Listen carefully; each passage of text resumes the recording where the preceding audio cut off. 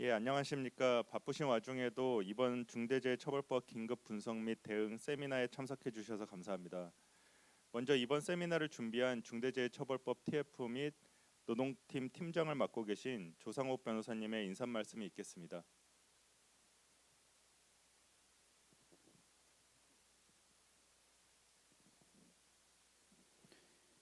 안녕하세요. 율촌 중대재해처벌법 TF를 맡고 있는 조상욱 변호사입니다. 이번 율촌 웨비나에 많은 관심을 가지고 적극 참여해 주셔서 대단히 감사합니다. 중대재해처벌법의 통과를 전후하여 법의 올바른 해석이나 기업의 적절한 대응 방안에 대해 기업과 사회 전반에서 다양한 논의가 이루어지고 있습니다. 앞으로도 대통령령의 제정이나 소관부서의 결정 등을 계기로 해서 이러한 논의가 더욱 활발해질 것으로 예상합니다. 이러한 현상은 중대재해처벌법이 가지는 여러 가지 불확실성에 기인하는 것입니다. 더불어 중대재해 방지에 관한 높은 사회적 관심과 공감대를 반영하는 것이기도 합니다. 중대재해처벌법을 정확히 이해하고 각 기업의 현실에 맞는 안전보건 정책을 수립하고 실행하는 것이 매우 중요한 시점이라고 하겠습니다. 오늘 저희 율촌의 웨비나가 중대재해처벌법을 올바르게 이해하고 기업의 안전보건 정책상의 불확실성을 줄이는 것에 일조할 수 있었으면 좋겠습니다.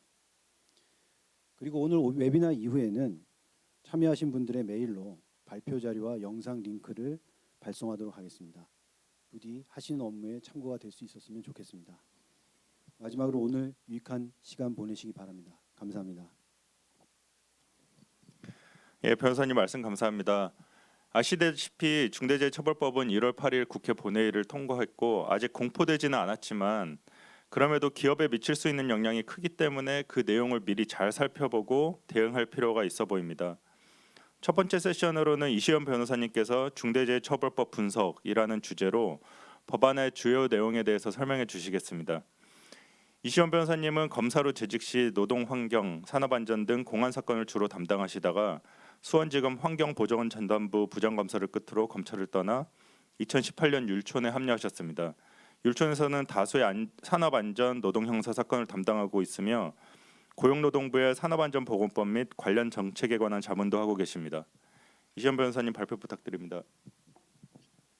예, 안녕하십니까. 방금 소개받은 이시원 변호사입니다. 중대재해처벌법의 개별 조문에 대해서는 여러 경로로 확인하실 기회가 있었을 것으로 생각됩니다. 그래서 제 발표는 그 중대재해처벌법의 주요 쟁점을 중심으로 말씀드리도록 하겠습니다. 그리고 심도 있는 논의가 필요한 다른 쟁점, 또 추가적인 쟁점에 대해서는 이어지는 토론 세션에서 좀 더 깊게 다루어질 것임을 말씀드립니다. 중대재해처벌법의 정식 명칭은 중대재해처벌 등에 관한 법률입니다. 중대재해 발생 시의 처벌 외에도 징벌적 손해배상, 그리고 형사정처의 특례, 그리고 정부의 지원 등을 내용으로 하기 때문에 처벌 등에 관한 법률이라는 명칭이 부여된 것으로 판단이 됩니다. 법률은 의외로 간략합니다.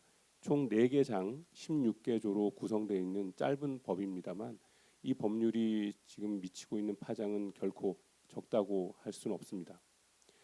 중대재해처벌법의 연원을 따라가 보면 종래 재해 발생 시 그 사업주에 대한 강력한 처벌이 필요하다는 취지에서 기업살인법 제정을 주장한 그런 논의가 아마 존재할 것으로 생각이 됩니다. 그 필요성에 대해서 상당한 논란이 있었는데요. 이후 세월호 참사, 가습기 살균제 사태, 그리고 국민적 관심이 집중된 산업재해 사건들의 빈발로 인해 입법이 급히 추진되었고 결국 국회 통과에까지 이르게 되었습니다. 중대재해처벌법의 구조를 살펴보시면 지금 슬라이드와 같습니다. 기업 활동과 관련해서 발생할 수 있는 인명 피해를 중대산업재해와 중대시민재해로 구분한 후에 이를 방지하기 위한 경영 책임자 등의 안전보건 확보 의무를 부여하고 그리고 이러한 책임의 범위와 대상을 규정하며 그 위반 시에 강화된 처벌과 그리고 징벌적 손해배상이 가능하도록 하는 구조를 가지고 있습니다. 아직 학계와 실무계에서 명칭이 확정된 것은 아닙니다만 논의의 편의를 위해서 이번 웨비나에서는 경영 책임자들에게 부여된 이 의무를 안전 보건 확보 의무라고 통칭해서 진행하도록 하겠습니다. 중대재해처벌법이 정하는 중대재해는 두 가지입니다. 중대산업재해와 중대시민재해인데 중대산업재해는 산업안전보건법이 정하는 산업재해로 슬라이드에서 보시는 바와 같은 결과 이상의 결과가 발생한 사고를 중대산업재해로, 그리고 중대시민재해는 원료, 제조물, 공중이용시설, 공중교통수단의 설계, 제조, 설치, 관리상 결함으로 발생한 슬라이드에서 보시는 바와 같은 결과 이상을 초래한 사고를 중대시민재해로 규정하고 있습니다. 중대산업재해와 관련하여서는 산업안전보건법상 산업재해와의 개념을 원용하고 있는데 산업안전보건법령상의 중대재해와는 다소 요건이 다릅니다. 좀 더 강화된 요건으로 규정되어 있음을 유의하여야 하겠습니다. 이러한 안전보건 확보 의무는 누구에게 주어지는가? 규정은 사업주와 경영 책임자라고 규정하고 있습니다. 법문상 사업주는 개인 사업주에 한정되므로 큰 논란의 여지가 없는 반면 경영 책임자에 대해서는 논의의 여지가 있습니다. 당초 법률안은 대표이사 및 이사 형태의 규정 형식을 띠고 있었는데 입법 과정에서 법문과 같이 사업을 대표 총괄하는 권한, 책임이 있는 자 또는 이에 준하여 안전보건에 관한 업무를 담당하는 자라는 형태로 규정되게 되었습니다. 사업을 대표 총괄하는 권한, 책임이 있는 자이므로 대표이사인지 아니면 등기된 임원인지 이와 같은 형식적 요건은 결정적으로 작용하진 못하고 실제로 사업을 대표 총괄하는 권한, 책임이 있는 자의 지위에 있는지 여부가 문제가 될 것입니다. 그와 함께 안전보건에 관한 업무 담당자는 그 전제 요건인 이에 준하여라는 표현에 비추어 적어도 안전보건 관련 업무에 대해서는 총괄적 권한과 책임을 가진 자일 필요가 있다고 할 것입니다. 이러한 규정 형식으로부터 과연 대표이사 외에 안전보건 담당 임원이 별도 선임되어 있는 경우에 그 책임이 대표이사와 관계 임원 모두 책임을 지는 병존족 책임의 형태로 올 것인지 아니면 그 경우에는 대표이사가 아닌 안전보건 담당 임원만 책임을 지는 선택적 책임일 것인지에 대해서는 논란의 여지가 있습니다. 입법 과정에서 변경된 조문 형태로 비추어 볼 때 선택적으로 이 경우는 안전보건 임원만 처벌받는 것이다.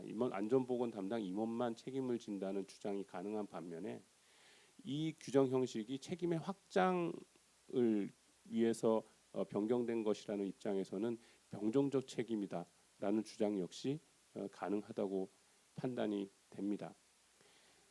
제 입장에서는 과연 안전보건에 관한 업무를 전적으로 타 임원에게 위임한 대표이사 개념이 가능한 것인지 다소 의문이기도 하고요. 또한 그 산업안전보건법이 500인 이상 근로자가 근무하고 있는 기업에 대해서는 대표이사가 안전보건 계획을 이사회에 보고하도록 의무를 부여하고 있기 때문에 과연 이러한 경우에 과연 대표이사가 안전보건을 총괄하는 지위에서 벗어나 있다라고 판단할 수 있는 것인지 역시 신중하게 검토할 필요가 있다고 사료됩니다. 구체적인 내용은 토론 세션에서 다시 다루어질 것으로 압니다. 이렇게 부여된 안전보건 확보 의무는 그 중대산업재해와 중대시민재해 각각에서 그 목적, 이러한 안전보건 확보 의무가 부여되는 목적, 사고 방지의 목적이 별도로 규정되어 있습니다. 중대산업재해는 실질적으로 지배 운영 관리하는 사업 또는 사업장에서 종사자의 안전보건상 유해 또는 위험을 방지하는 데 그 목적이 있는 것이고, 중대시민재해와 관련하여서는 첫째는 실질적으로 지배 운영 관리하는 사업 또는 사업장에서 생산, 제조, 판매, 유통 중인 원료나 제조물의 설계, 제조, 관리상의 결함으로 인한 이용자 또는 그 밖의 사람의 생명, 신체의 안전을 보호하는 데 목적이 있습니다. 다음으로 두 번째 중대시민재해와 관련하여서는 실질적으로 지배 운영 관리하는 공중이용시설 또는 공중교통수단의 설계, 설치, 관리상의 결함으로 인한 이용자 또는 그 밖의 사람의 생명, 신체 안전을 보호하는 데 그 목적이 있습니다. 규정 형식에서 명백하듯이 여러 가지 개념 요소들이 있기 때문에 향후에 어떤 재해가 발생했을 때 이러한 안전보건 확보 의무의 목적 범위에 그 재해가 포함되는 것인지에 대해서 상당한 논란이 발생할 여지가 적지 않습니다. 그 중에서도 가장 문제가 될 것은 세 가지 목적에 공통적으로 포함되는 실질적으로 지배, 운영, 관리한다는 개념입니다. 유사한 개념으로 산업안전보건법이 도급인의 안전보건조치 의무를 부여하는 요건인 실질적으로 지배관리한다는 내용이 있는데요. 과연 이런 산업법상의 지배관리 개념과 동일한 것인지 아니면 확장된 것인지에 대해서 논의의 여지가 있다고 생각이 됩니다. 제 개인 의견으로는 그 산업법의 의무를 포괄하는 좀 더 넓은 범위의 것으로 상정하여 입법이 이루어진 것이 아닐까 그 사료가 됩니다. 이에 대해서도 또 뒤에 차후에 토론 과정에서 좀 더 심도 있는 논의가 진행되겠습니다. 그 안전보건 확보 의무의 내용에 대해서는 그 법이 중대시민재해와 중대산업재해 크게 구분 없이 안에 네 가지로 그 규정하고 있습니다. 안전보건 관리 체계의 구축 및 그 이행에 관한 조치가 첫 번째이고요. 그 재해 발생 시 재발 방지 대책의 수립과 이행에 관한 조치가 두 번째. 그리고 중앙행정기관이나 지방자치단체가 개선 시정을 명한 사항의 이행에 관한 조치가 세 번째. 마지막으로 네 번째는 안전보건 관계 법령에 따른 의무 이행에 필요한 관리상의 조치가 그 네 번째입니다. 2호와 3호는 그 취지와 의무 내용이 비교적 명확합니다. 왜냐하면 그 해당 발생 재해와 연결되는 안전보건 조치의 이행은 충분히 추출될 수가 있는 것이고요. 또한 공공기관이나 국가가 발한 명령에는 시정 조치의 내용이 명시되어 있기 때문에 마찬가지입니다. 따라서 이 경우에는 경영 책임자 등에게 이 2호와 3호로부터 발생하는 구체적인 안전보건 조치 의무를 직접 구체적으로 이행할 책임이 있다고 보아야 할 것입니다. 문제는 1호와 4호입니다. 법률은 1호와 4호의 구체적인 의무 내용을 대통령령에 위임하고 있습니다. 구체적인 내용은 대통령령이 그 제정되어야 알 수 있겠지만 이 법률의 내용으로부터 과연 어떤 내용에 담길지 추단해 볼 수는 있다고 생각이 됩니다. 그런 입장에서 살펴보건대 1호의 그 안전보건관리 체계 구축 및 그 이행에 관한 조치는 안전보건을 위한 인적, 물적 기반과 시스템을 구축하라는 취지의 의무로 생각이 됩니다. 구체적으로는 사업장 규모에 따라서 적절한 안전관리 조직을 설치하고 충분한 인력을 충원하며 예산을 지원하고 그 조직과 인력이 효율적으로 작동할 수 있는 운영 체계를 확립하는 것이 그 내용이 될 것입니다. 더불어 중대시민재해와 관련하여서는 법률이 안전점검 시스템을 구축할 것을 추가적으로 요구하고 있습니다. 4호의 그 안전보건관계법령에 따른 의무 이행에 필요한 관리상의 조치는 구체적인 안전보건 조치가 이행될 수 있는 운영 환경 조성의 의무라고 할 것입니다. 다른 각 호의 의무들이 이행에 관한 조치라고 표현하는 반면에 관리상의 조치라고 규정하고 있는 점에 주목하셔야 할 것으로 생각이 됩니다.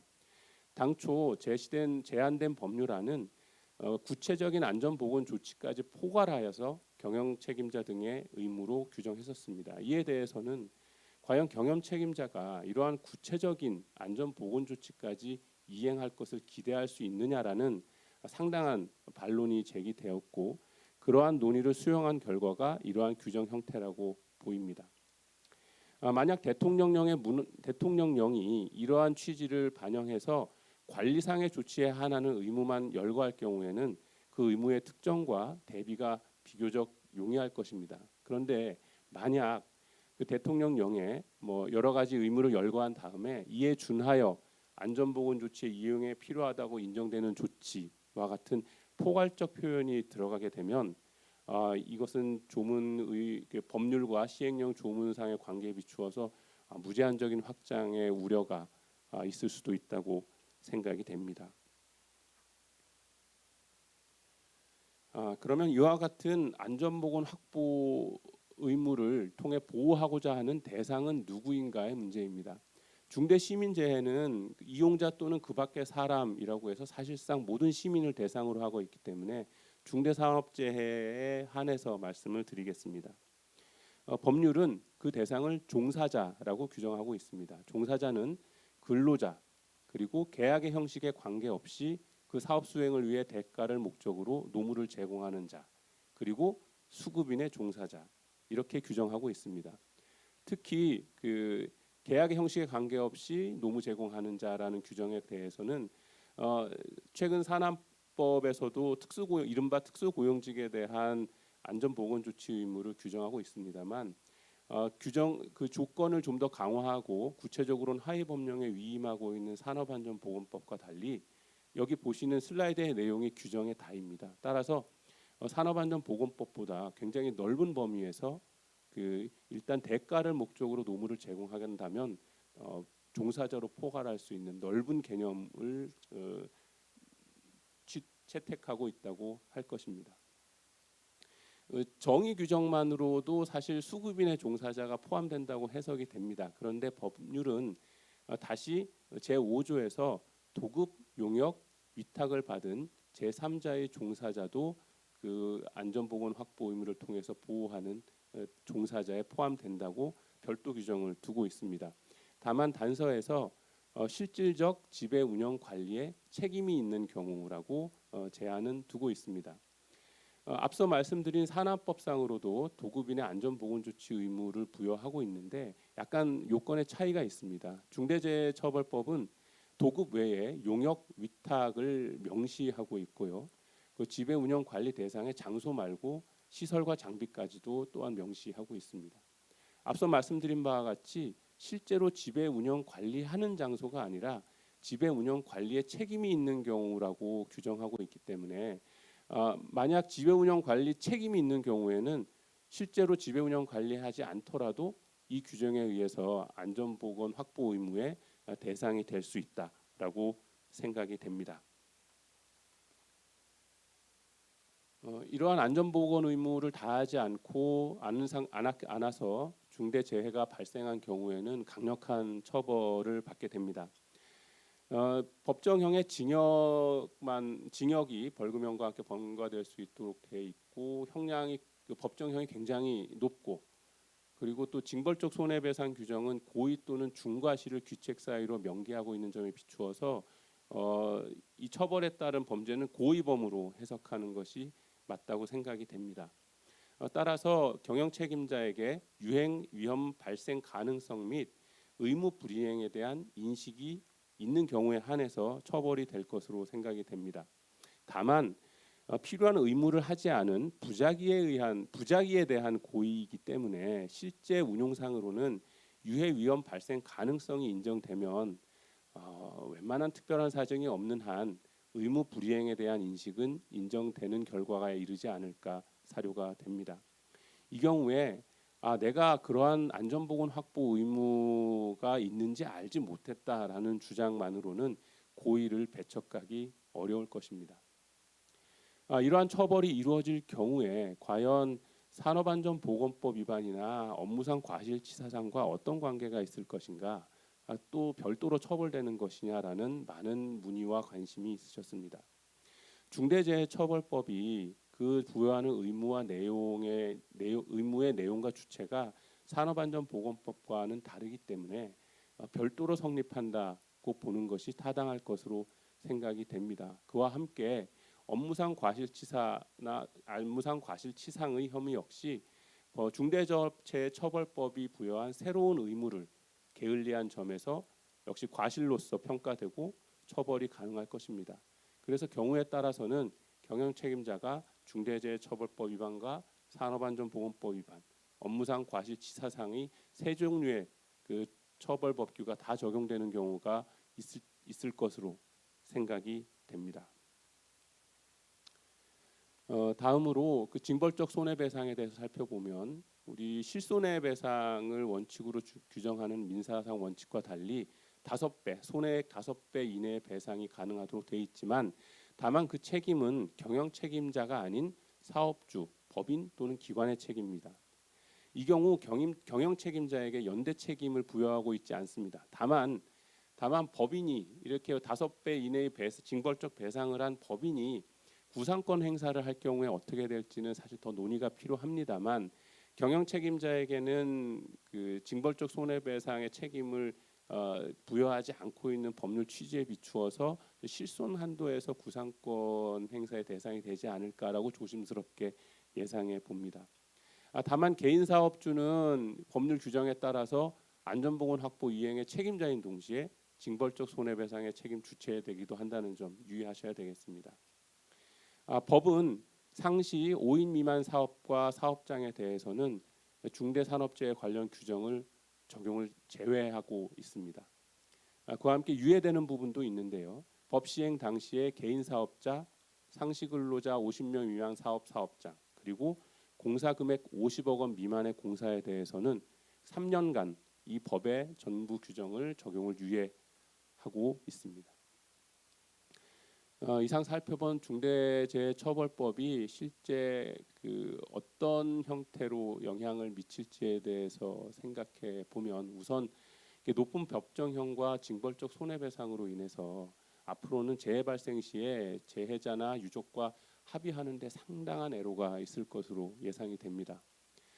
또한 앞서 말씀드린 바와 같은 적용 유예와 제외가 명확하지가 않습니다. 각 그 구체적인 상황에서 어떻게 적용될지 그런 과정에서 아마 적용 여부냐, 우리 사업장이 적용 여부냐, 적용되는 곳이냐에 대해서 상당한 혼란이 있을 것 같고요. 그리고 공교롭게도 대법원의 양형위원회가 산안법 위반 양형에 대해서 논의하는 시점에 중대재해처벌법이 입법이 됐습니다. 이러한 사정을 고려하면 이 시행 전이라도 산안법에 대해서는 실제 선고형, 양형이 상당히 상승하지 않을까 하고 조심스럽게 전망이 됩니다. 이러한 여러 가지 불확실성에 대응하는 차원에서 선택할 수 있는 유일한 선택지가 어떻게 보면 컴플라이언스일 것이고 이 컴플라이언스의 중요성에 대해서는 아마 재조명될 수밖에 없지 않을까 생각이 됩니다. 이어지는 토론 세션에서 좀 더 중요한 쟁점에 대해서는 심도 있는 토론이 이어질 것입니다. 계속 지켜봐 주시기 바랍니다. 감사합니다. 예, 변호사님 발표 감사합니다. 그럼 두 번째 세션으로 중대재해처벌법 쟁점 토론을 시작하겠습니다. 오늘 토론회는 첫 번째 세션 발표를 해주신 이시연 변호사님 이외에 정지용 고문님, 정유철 변호사님, 김익현 변호사님, 이동현 노무사님 이렇게 해서 총 5분의 토론자가 토론에 참여해 주시겠습니다. 토론자를 먼저 간략히 소개해드리면 먼저 정지원 고문님이십니다. 예, 정지원 고문님은 약 28년 고용노동부에 근무하시면서 근로기준 정책관, 노사협력 정책관 등 주요 요직을 거치셨고 부산지방고용노동청장 근무를 끝으로 2018년 율촌에 합류하셨습니다. 율촌에서는 노동 산업안전 및 중대재해 대응에 관해 많은 도움을 주고 계십니다. 다음으로 정유철 변호사님이십니다.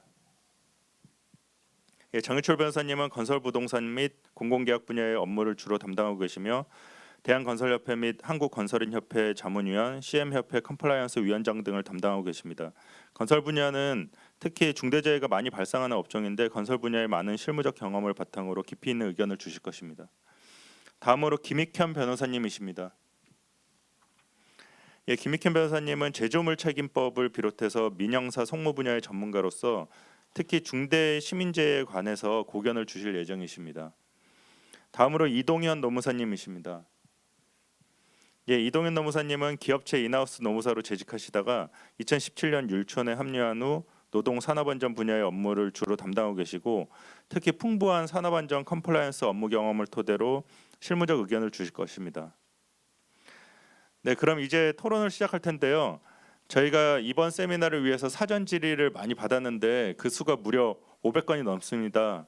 그래서 모든 질의에 대해서 저희가 다 답변 드릴 수는 없지만 질의를 저희가 이제 최대한 유형화해서 그 가장 궁금해하시는 쟁점, 특히 그 중대재해처벌법에 관한 쟁점 5개, 그리고 그거를 이제 앞으로 어떻게 대응해야 되냐에 대한 쟁점 5개를 뽑아봤고, 해당 쟁점을 중심으로 세션 2 토론과 세션 4 토론에서 나누어서 진행해 보려고 합니다. 저희가 모든 사전 질의상 쟁점을 다루지 못하는 점은 양해 부탁드리고, 다만 오늘 세미나 진행 중에도 추가로 질의를 하실 수 있고, 그 추가로 질의하신 부분에 대해서는 저희가 나중에라도 취합해서 적절히 처리할 수 있도록 노력해 보겠습니다. 예, 그럼 토론 첫 번째 쟁점을 진행해 보겠는데요. 잠시만. 예, 첫 번째 쟁점은 그 법안 제정 과정에서 논란이 많이 됐고 사전 질의도 가장 많았던 경영 책임자 등의 범위에 관한 쟁점입니다. 종전 발표에서도 설명되었지만 경영 책임자의 정의 규정이 당초 법안과는 달리 최종적으로 사업을 대표하고 사업을 총괄하는 권한과 책임이 있는 사람 또는 이에 준하여 안전보건에 관한 업무를 담당하는 사람이라고 규정됨에 따라서 그 문헌상 안전보건 담당 임원이 선임되어 있는 경우 대표이사가 책임을 면한다 이렇게 볼 여지도 있어 보입니다. 그런데 회사에 따라서는 안전보건 조직의 형태가 상당히 다를 수 있고 그 안전보건 담당 임원을 선임하더라도 그 권한과 지위가 다를 수 있는데 중대재해처벌법상의 경영 책임자 범위는 어디까지 보면 될지 이게 문제되는 것 같습니다. 이 부분에 대해서 먼저 이동현 노무사님께서 의견 주시면 감사하겠습니다. 네, 안녕하세요. 이동훈 노무사입니다. 이 문제는 의무의 주체를 확정하는 것이기 때문에 가장 중요한 문제 중에 하나라고 생각합니다. 중대재해처벌법상 안전보건 확보 의무를 이행해야 하는 경영 책임자의 범위를 다음과 같이 정의하고 있습니다. 사업을 대표하고 사업을 총괄하는 권한과 책임이 있는 사람 또는 이에 준하여 안전보건에 관한 업무를 담당하는 사람. 그 정의에서 밑이 아니라 또는 이라는 문구로 연결되어 있기 때문에 중대재해처벌법에 따른 안전보건 확보 의무를 부담하는 주체가 반드시 대표이사는 아니어도 된다라고 해석될 수 있습니다. 그렇다면 안전보건 업무를 담당하는 임원이 있는 경우에 대표이사에 대한 형사 책임이 면책될 수 있는가, 이 부분이 포인트일 것 같은데요. 이에 대해서는 견해 대립이 있을 수 있을 것 같습니다. 다음과 같이 4개의 정도로 견해 대립이 있을 것으로 보이는데요.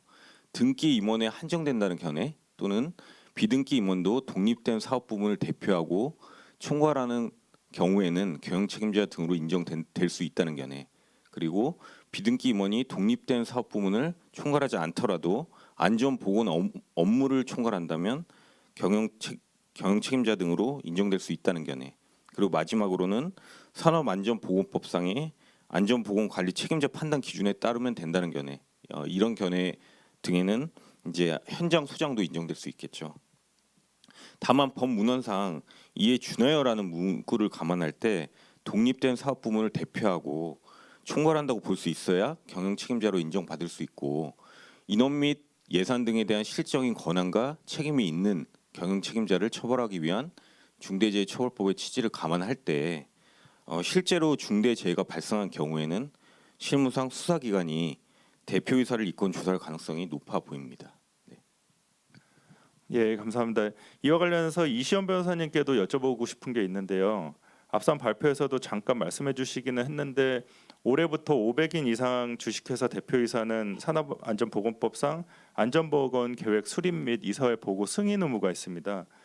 이러한 안전보건 계획 수립 의무를 고려하면 대표이사와 경영 책임자는 달리 볼 수 있을까요? 이 부분에 대해서 말씀 부탁드립니다. 예, 경영 책임자의 범위는 그 처벌 대상의 확정과 연계되는 문제이기 때문에 상당히 관심이 많으실 것으로 생각이 됩니다. 질문에서 지적해 주셨고 제 발표에서 말씀드렸듯이 대표이사가 안전보건 계획에 대해서 이사회에 보고하는 이상 그 안전보건 계획, 안전보건에 대해서 총괄하는 책임이 없다라고 하기는 어렵지 않을까 하는 생각입니다. 특히 산업안전보건법 14조를 받아서 그 하위 법령에서 대표이사가 이사회에 보고해야 할 안전보건 관련 계획의 내용에 그 비용, 시설, 인원 등의 이 구체적인 내용이 포함되어 있습니다. 따라서 이러한 보고가 이루어지고 있는 상황에서 과연 안전 그 경영 책임자 등이 아까 안전보건 확보 의무의 1호에서 보았듯이 그 인력, 예산 등 그런 시스템을 구축에 필요한 책임이 없는 자라고 과연 해석될 수 있을 것인지에 대해서는 다소 의문이라 하지 않을 수 없겠습니다. 예, 감사합니다. 이 경영 책임자 범위에 관해서는 앞으로도 계속 논란이 될 것으로 예상이 됩니다. 그럼 두 번째 쟁점입니다.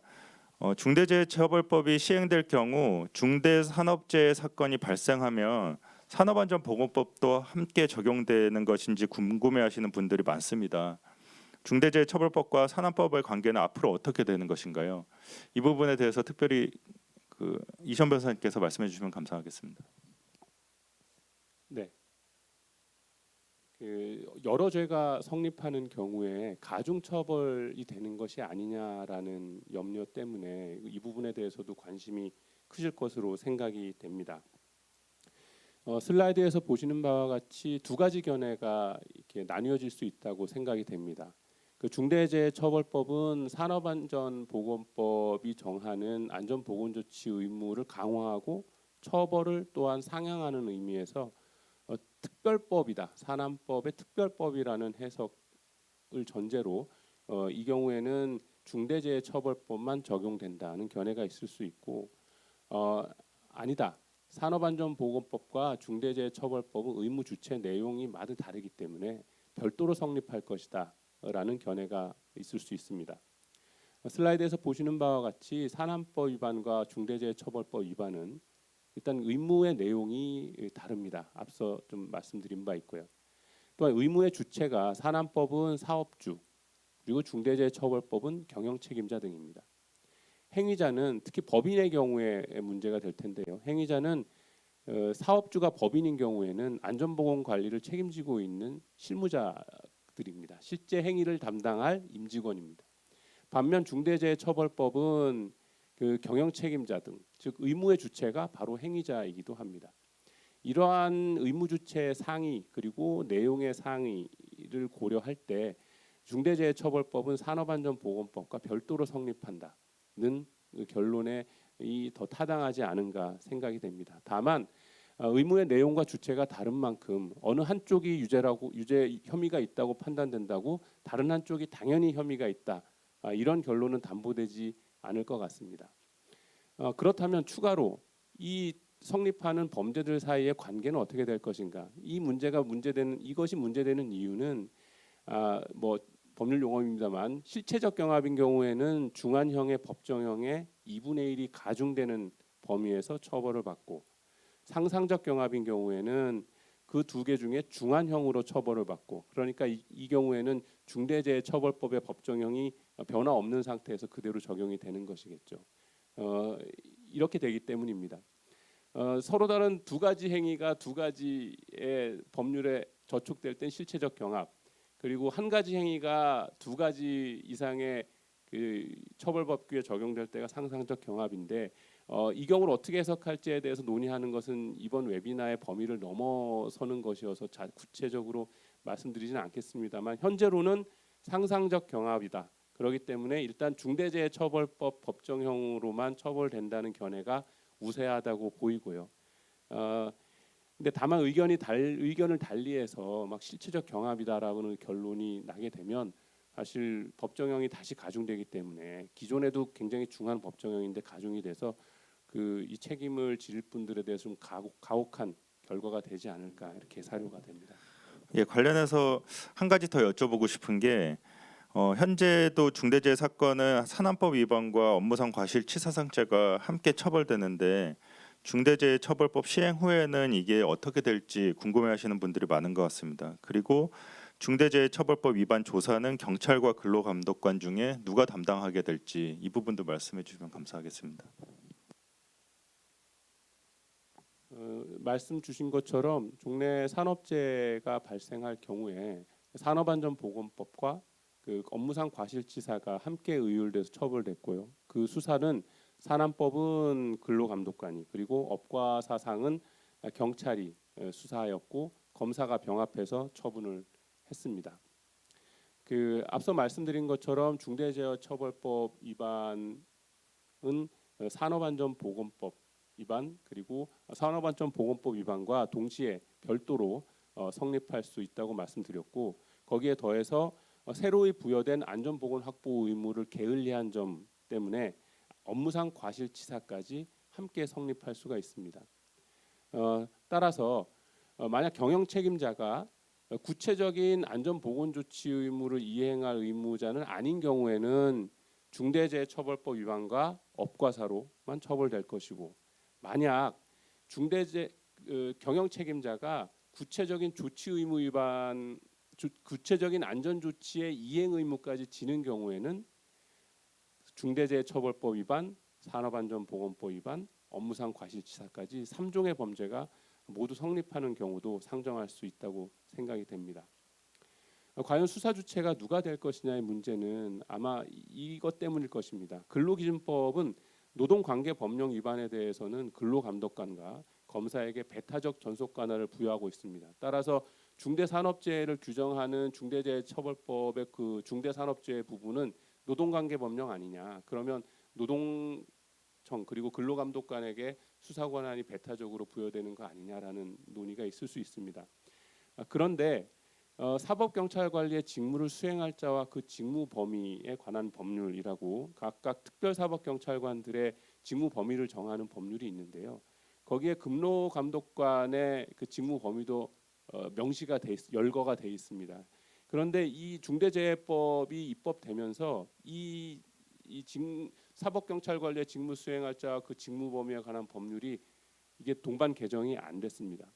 따라서 중대재해처벌법은 현재로서는 근로감독관의 직무 범위에 포함된다고 보기가 어렵습니다. 그래서 현재로서는 경찰이 담당할 것이다라고 보는 것이 타당할 것 같고, 다만 이러한 법률상 모순을 해결하기 위해서 아마도 시행 전에 법률 개정이 있지 않을까 조심스럽게 예상을 해봅니다. 네, 감사합니다. 그럼 다음으로 세 번째 쟁점입니다. 중대재해처벌법의 적용 범위에 관한 문제인데요. 기업들 중에 특히 건설회사는 해외 사업장이 있는 경우가 종종 있는데, 해외 사업장에서 중대재해가 발생한 경우에도 중대재해처벌법이 적용될 수 있을까요? 이 부분에 대해서 정유철 변호사님께서 말씀해 주시면 감사하겠습니다. 예, 소개받은 정유철 변호사입니다. 국내 다수 기업이 해외 사업장을 가지고 있습니다. 특히 사회자가 말씀하셨듯이 건설 사업의 경우에는 해외 현지 법인뿐 아니라 국내외 다수 업체와 하도급 관계를 맺고 있습니다. 근데 그 지금 시행되고 있는 먼저 산안법을 보면요, 법 위반의 의무가 작업 조건과 관련된 개별 안전 조치 위주로 구성이 되어 있습니다. 특히 작업 조건에 관한 장소적, 시간적, 환경적 요인을 구체적으로 열거하고 있습니다. 따라서 해외 현장의 경우에 실무상의 재해 조사가 어려운 것이 현실적인 측면이 반영되어서 실무상은 산안법의 기준을 적용하지 않는 것이 실정입니다. 반면에 중대재해법의 경우에는 그 의무가 보신 바와 같이 추상적이고 매우 관리감독상의 형태로 규정되어 있기 때문에 해외 수사가 산안법의 위반 사건에 비해서 비교적 용이할 것으로 예상이 됩니다. 특히나 내국인의 국외범을 처벌하는 형법의 기본 원칙과 작금의 중대재해법의 입법 취지를 고려한다면 언론이라든지 노조 등 외부적인 고소가 있는 경우에는 그 수사 및 처분의 가능성을 배제할 수 없다고 할 것입니다. 물론 법 시행 단계에서 어떤 사법부의 판단이라든지 국민적인 의지가 반영돼서 실제 어떤 추이로 발전할 것인지는 살펴보아야 할 것으로 생각이 됩니다. 예, 정유철 변호사님께 그 적용 범위 관련해서 추가로 질문드리고 싶은 게 있는데요. 중대재해처벌법은 상시 근로자 5인 미만을 적용 범위에서 제외하고 있고 50인 미만은 3년간 적용을 유예하고 있습니다. 근데 현장이 분리되어 있는 경우에도 상시 근로자 수 판단을 어떻게 해야 될지 이 부분에 대해서도 설명해 주시면 감사하겠습니다. 예, 그 실제 이제 한 회사에서 장소적으로 분리된 사업장이 다수가 있을 겁니다. 그래서 법 적용 범위에서 보면은 이제 상시 근로자 5명을 기준으로 제외를 하고 있고, 부칙 경과 규정에 따르면은 상시 근로자 50명 미만의 사업 또는 사업장, 특히 건설업의 경우에는 공사 금액을 기준으로 50억 원 미만의 공사에 대해서 3년 동안 유예토록 되어 있습니다. 즉 장소적 개념에 대해서 굉장히 그 사업장의 개념을 관념적으로 결정하고 있는 거죠. 따라서 먼저 판례를 살펴보면요, 노동관계법령상의 사업장 또는 사업장의 판단 기준이 그렇게 통일되어 있지 않습니다. 즉 그러니까 같은 사업장이라도 장소적으로 분리되었느냐 같냐의 문제가 아니라 그 고유의 특수성과 법 취지를 고려해서 판단하겠다는 거죠. 따라서 이 중대재해법의 경우를 살펴보면 경영자 책임의 처벌의 입법 취지 그리고 중대재해 발생 장소에 따라 처부가 달라진다면 상당히 불합리성이 있다는 비난이 있을 것입니다. 따라서 기본적으로는 법인 전체를 하나의 사업으로 보아서 상시 근로자 수를 판단할 가능성이 높습니다. 물론 장소적으로 동일하다 하더라도 전혀 별개의 사업장으로 판단받을 수 있는 예외적인 경우는 있을 수 있을 것이라고 판단됩니다. 무엇보다 중요한 것은 다수 건설업이 문제인데요. 법문헌상 명백히 공사 금액을 기준으로 하고 있습니다. 따라서 각 현장 단위별로 판단될 가능성이 높다고 하겠습니다. 물론 이 점 또한 실제적으로 시행 추이에 따라서 저희가 유념하여 살펴보아야 할 것으로 판단됩니다. 예, 이와 관련해 가지고 정지현 고문님께도 하나 여쭙고 싶은 게 있습니다. 앞서 본부와 같이 적용 범위가 5인 미만 사업장은 제외되고 상시근로자 50인 미만 사업장은 제외되는데, 그렇다면 그러한 사업자에게 도급을 하는 경우 도급 사업주도 중대재해처벌법 적용이 제외되거나 유예된다고 이해하면 될지요? 예, 정지영 고문입니다. 이번 중대재해처벌법의 국회 법안 심사 과정에서도 마지막에 굉장히 쟁점이 되었던 사안인데요. 수급업체, 하청업체가 적용 제외, 상시근로자 5명 미만 또는 앞으로 1년 후에 향후 2년까지 그 적용에 대한 유예되는 사업장에 대해서 도급을 준 경우에 도급인에 대한 처벌이 가능하냐라는 부분에 대해서 논의가 좀 많았는데, 결론은 적용 제외 업체에 도급을 준 경우에는 그 도급인은 적용을 받는다라고 하기 때문에 설령 수급업체, 하청업체가 상시근로자 5명 미만의 이 법의 적용 제외 사업장이라 하더라도 그 사업장에 도급을 준 업체가 이 법의 적용 대상이 되면 그 도급업체는 이 법의 각종 의무와 그 처벌 규정이 적용을 받는다라고 생각하시고 준비를 하시면 될 것 같습니다. 예, 감사합니다. 그러면 네 번째 쟁점입니다. 가장 중요한 부분이기도 한데요. 네 번째 쟁점은 중대재해처벌법의 책임 범위에 관한 문제로서 중대재해처벌법에 대하여 그 범위가 너무 넓어졌다, 이런 주장도 있는 것으로 보입니다. 산안법과 비교할 때 그 보호 범위가 어떻게 달라졌고 보호 범위는 구체적으로 어떻게 판단해야 하나요? 이 부분 정지현 고문님께서 답변해 주시면 감사하겠습니다. 예, 먼저 산업안전보건법의 현재 개정된 산안법이 2018년부터 시행되고 있는데, 가장 큰 법적인 어떤 목표 자체가 위험의 외주화를 방지하는 데 있습니다. 그래서 도급인에 대해 유해 이제 작업에 대해서는 도급을 줘서는 안 된다라는 형태로 많이 이제 뭐 도급을 금지하거나 아니면은 제한하거나 도급인의 의무도 굉장히 강화를 한 바 있는데요. 중대재해처벌법에서는 실질적으로 산업안전보건법보다는 훨씬 좀 더 도급인의 책임을 강화하는 방향으로 준비가 되었습니다. 그 차이를 본다면 일단 근로자뿐만 아니라 종사자에 대해서도 법을 적용토록 되어 있고, 또한 아울러서 당초에 이 법의 원안에 대해서는 사내 사외의 구분이 없었습니다. 그래서 사회 도급인 경우에도 이 법이 적용되는가에 대한 여러 가지 논의가 있고, 법안 심사 과정에서는 그 단서 조항을 통해서 조금 제한을 뒀는데, 기본적으로 이렇게 생각하시면 될 것 같습니다.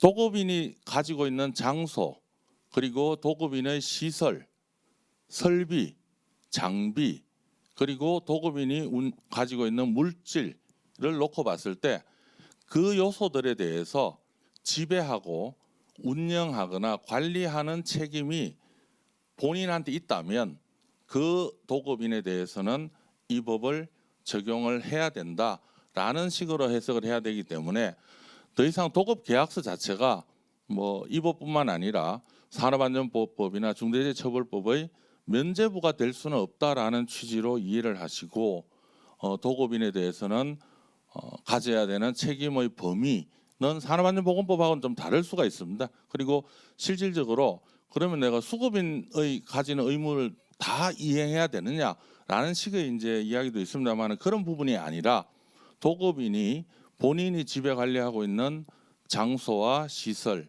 장비, 물질에 대해서 수급인이 그 업무를 하는 데 있어서 어떠한 안전 보건 조치를 해야만 되는가라는 측면에서 보면은 책임의 범위와 그동안 법원의 판례나 고용노동부의 이제 해석을 보더라도 뭐 통제하거나 아니면은 관리하는 측면에서 이제 접근을 하고 준비를 하시면 될 것 같습니다. 예, 감사합니다. 예, 다섯 번째는 중대 시민재해에 관한 쟁점입니다.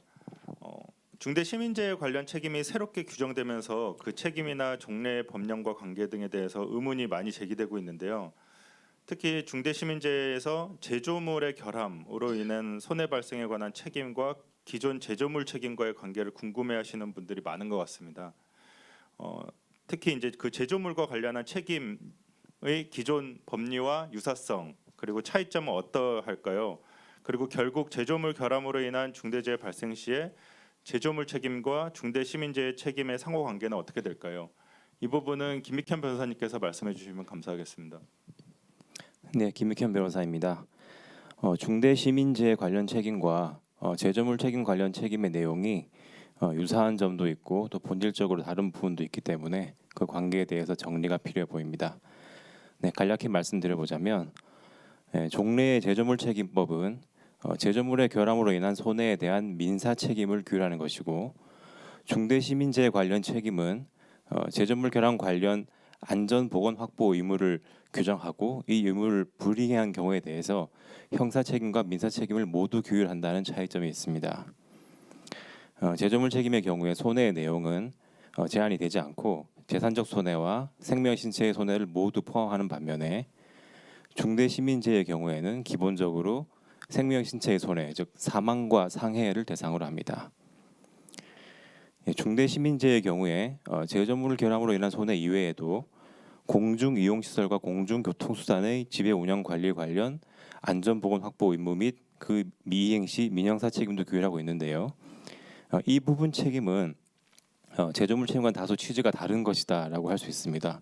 물론 공중이용시설이나 공중교통수단 관련해서도 특정 제조물 혹은 그 부품, 원재료 등의 결함에 관한 책임의 문제는 제조물 책임에서도 문제가 될 수 있는 부분입니다. 제조물 개념에 대해서는 제조물 책임법과 중대재해처벌법이 동일하게 규정하고 있으므로 제조물뿐만 아니라 그 부품 및 원재료의 제조사도 적용 대상이 된다는 점은 비슷합니다. 다만 제조물 책임의 경우에는 기본적으로 제조업자가 책임의 주체가 되고 유통 판매업자는 제조물 책임법 제3조 3항에 따른 보충적 책임만 부담하는 것에 반해서 중대 시민재해의 경우에는 법문상 생산, 제조, 판매, 유통업자가 동등하게 주체가 되는 것으로 규정되어 있습니다. 제조물 책임에 따른 배상 책임은 대체로 무과실 책임으로 이해되고 있는 것에 반해서 중대 시민재해 관련 민사 책임의 경우는 기본적으로 과실 책임으로 이해됩니다. 징벌적 손해배상은 둘 다 규정하고 있는데 제조물 책임의 경우에는 3조 2항에서 제조물의 결함을 알면서 조치를 취하지 않은 경우에 3배의 범위에서 징벌적 손해배상이 가능하도록 규정하고 있고요. 중대 시민재해의 경우에는 고의 중과실이 있는 경우에 기본적으로 5배의 범위에서 징벌적 손해배상이 가능하도록 규정하고 있습니다. 그리고 결함의 존재 및 인과관계가 필요하다라는 점은 공통적이라고 할 수 있고요. 다만 제조물 책임법의 경우에는 추정 관련 규정이 있습니다. 중대 시민재해의 경우에는 그런 명시적인 추정 관련 규정은 없습니다. 제조물 책임법은 기본적으로 민사 책임에 관한 규율이기 때문에 형사처벌 규정은 없고요. 경우에 따라서 형법상, 업무상, 과실치사상의 문제될 수는 있습니다.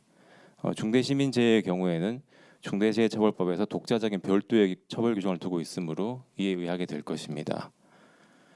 네, 다음으로 결국 책임을 묻게 되는 경우에 제조물 책임과 중대시민재해 책임의 상호 관계에 대해서 보겠습니다. 제조물 결함으로 인한 손해 중에서 생명, 신체 손해가 발생한 경우에 제조물 책임과 중대시민재해의 책임 중에서 어떻게 적용되는가 이 관계가 문제가 되는데요. 앞서 말씀드린 것처럼 제조물 책임과 중대시민재해는 책임의 발생 원인과 요건이 다르기 때문에 각각 별도로 적용이 가능하다라고 생각이 됩니다. 그래서 제조물의 결함 자체를 원인으로 하는 경우에는 제조물 책임의 요건에 따른 그런 배상 청구가 가능할 것이고요. 안전보건조치 의무 위반을 원인으로 하는 경우에는 중대시민재해 책임 요건에 따라서 배상 청구가 가능할 것입니다. 제조물 결함은 인정이 되면서 안전보건조치 의무 위반이 인정되지 않는 경우도 상정할 수 있을 것이고요. 그 경우에는 제조물 책임만 성립하게 될 것입니다. 다만 그 반대의 경우는 다소 상정하기 어렵지 않을까 생각이 되고요. 왜냐하면은 중대시민재해 개념 자체에 제조물이나 원료의 결함을 원인으로 한다라는 내용을 포함하고 있기 때문입니다. 제조물의 결함과 안전보건조치 의무 위반이 동시에 문제되어 가지고 둘 다 손해배상의 원인이 되는 경우도 있을 것이고요. 이 경우에는 각각의 요건이 모두 성립한다라는 원인으로 배상 청구가 가능할 것입니다. 이 경우에는 중대재해처벌법에서 정한 대로 최대 5배의 범위 내에서 징벌적 손해배상을 구할 수 있을 것입니다. 그 제조업자와 유통업자가 함께 책임을 지는 경우도 생각할 수 있겠습니다. 네, 이와 관련해서 그럼 좀 더 여쭤보고 싶은 게 그 관계에 대해서 설명을 해주셨는데요. 중대시민재해 관련 책임이 새롭게 규정되다 보니 여러 의문점들이 많은 것 같습니다. 특별히 주요하게 이슈가 될 만한 사항이 있을까요? 네, 몇 가지만 말씀드려 보겠습니다. 일단 중대재해처벌법에서 이제 제조물의 정의는 제조물 책임법과 동일하게 되어 있기 때문에 문제가 없는데 특정 원료의 의미에 대해서는 아무런 언급이 없습니다. 그래서 이 부분의 해석에 대해서 의문이 제기될 수가 있을 것 같습니다. 이 부분은 다분히 가습기 살균제 사건 같은 상황을 염두에 둔 것이 아닌가라고 생각이 되고요. 그런데 기존의 제조물 책임에서 그 완제품뿐만 아니라 부품 및 원재료의 제조자도 제조업자에 포함되는 것으로 이해가 되어 왔고 그와 관련된 법리들이 어느 정도 정립되어 있기 때문에 이 부분 논의를 충분히 참고할 수 있다라고 생각이 됩니다. 그리고 하나의 완성품에는 여러 원료와 부품이 포함되어 있고 그 각각의 원료 제조업자도 다양한 경우가 보통인데요. 그런 경우에 책임의 주체는 누가 되는가 하는 의문도 있을 수 있습니다.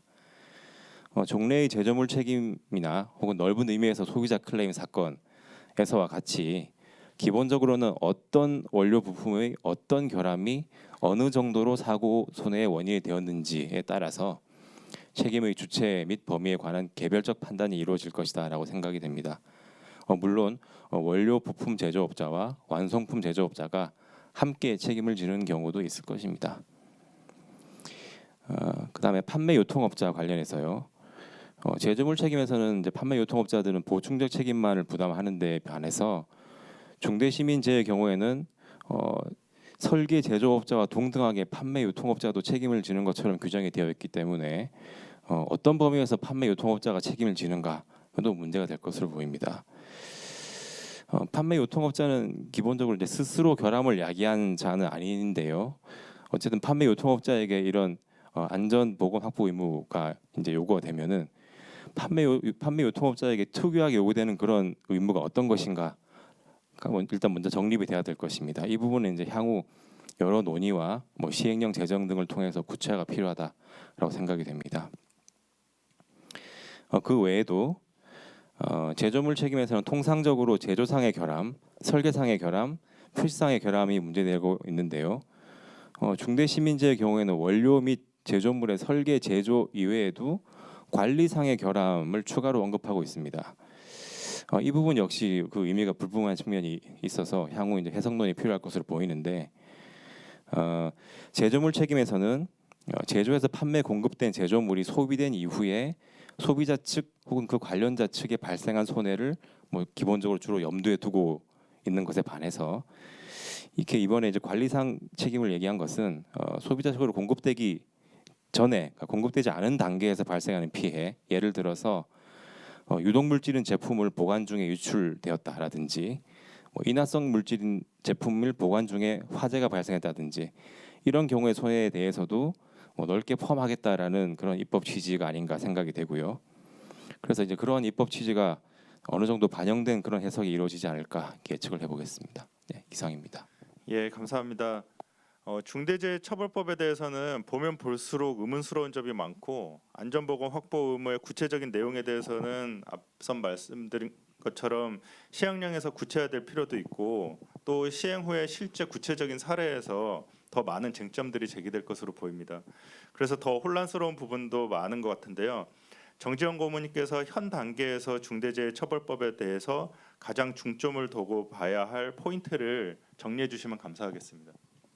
예, 앞선 발제와 토론 과정에서 많은 쟁점들이 논의가 되었습니다만은 전체적으로 이 법을 대응하는 포인트에 대해서 한번 함께 생각해 볼 수 있는 시간을 가졌으면 좋겠습니다.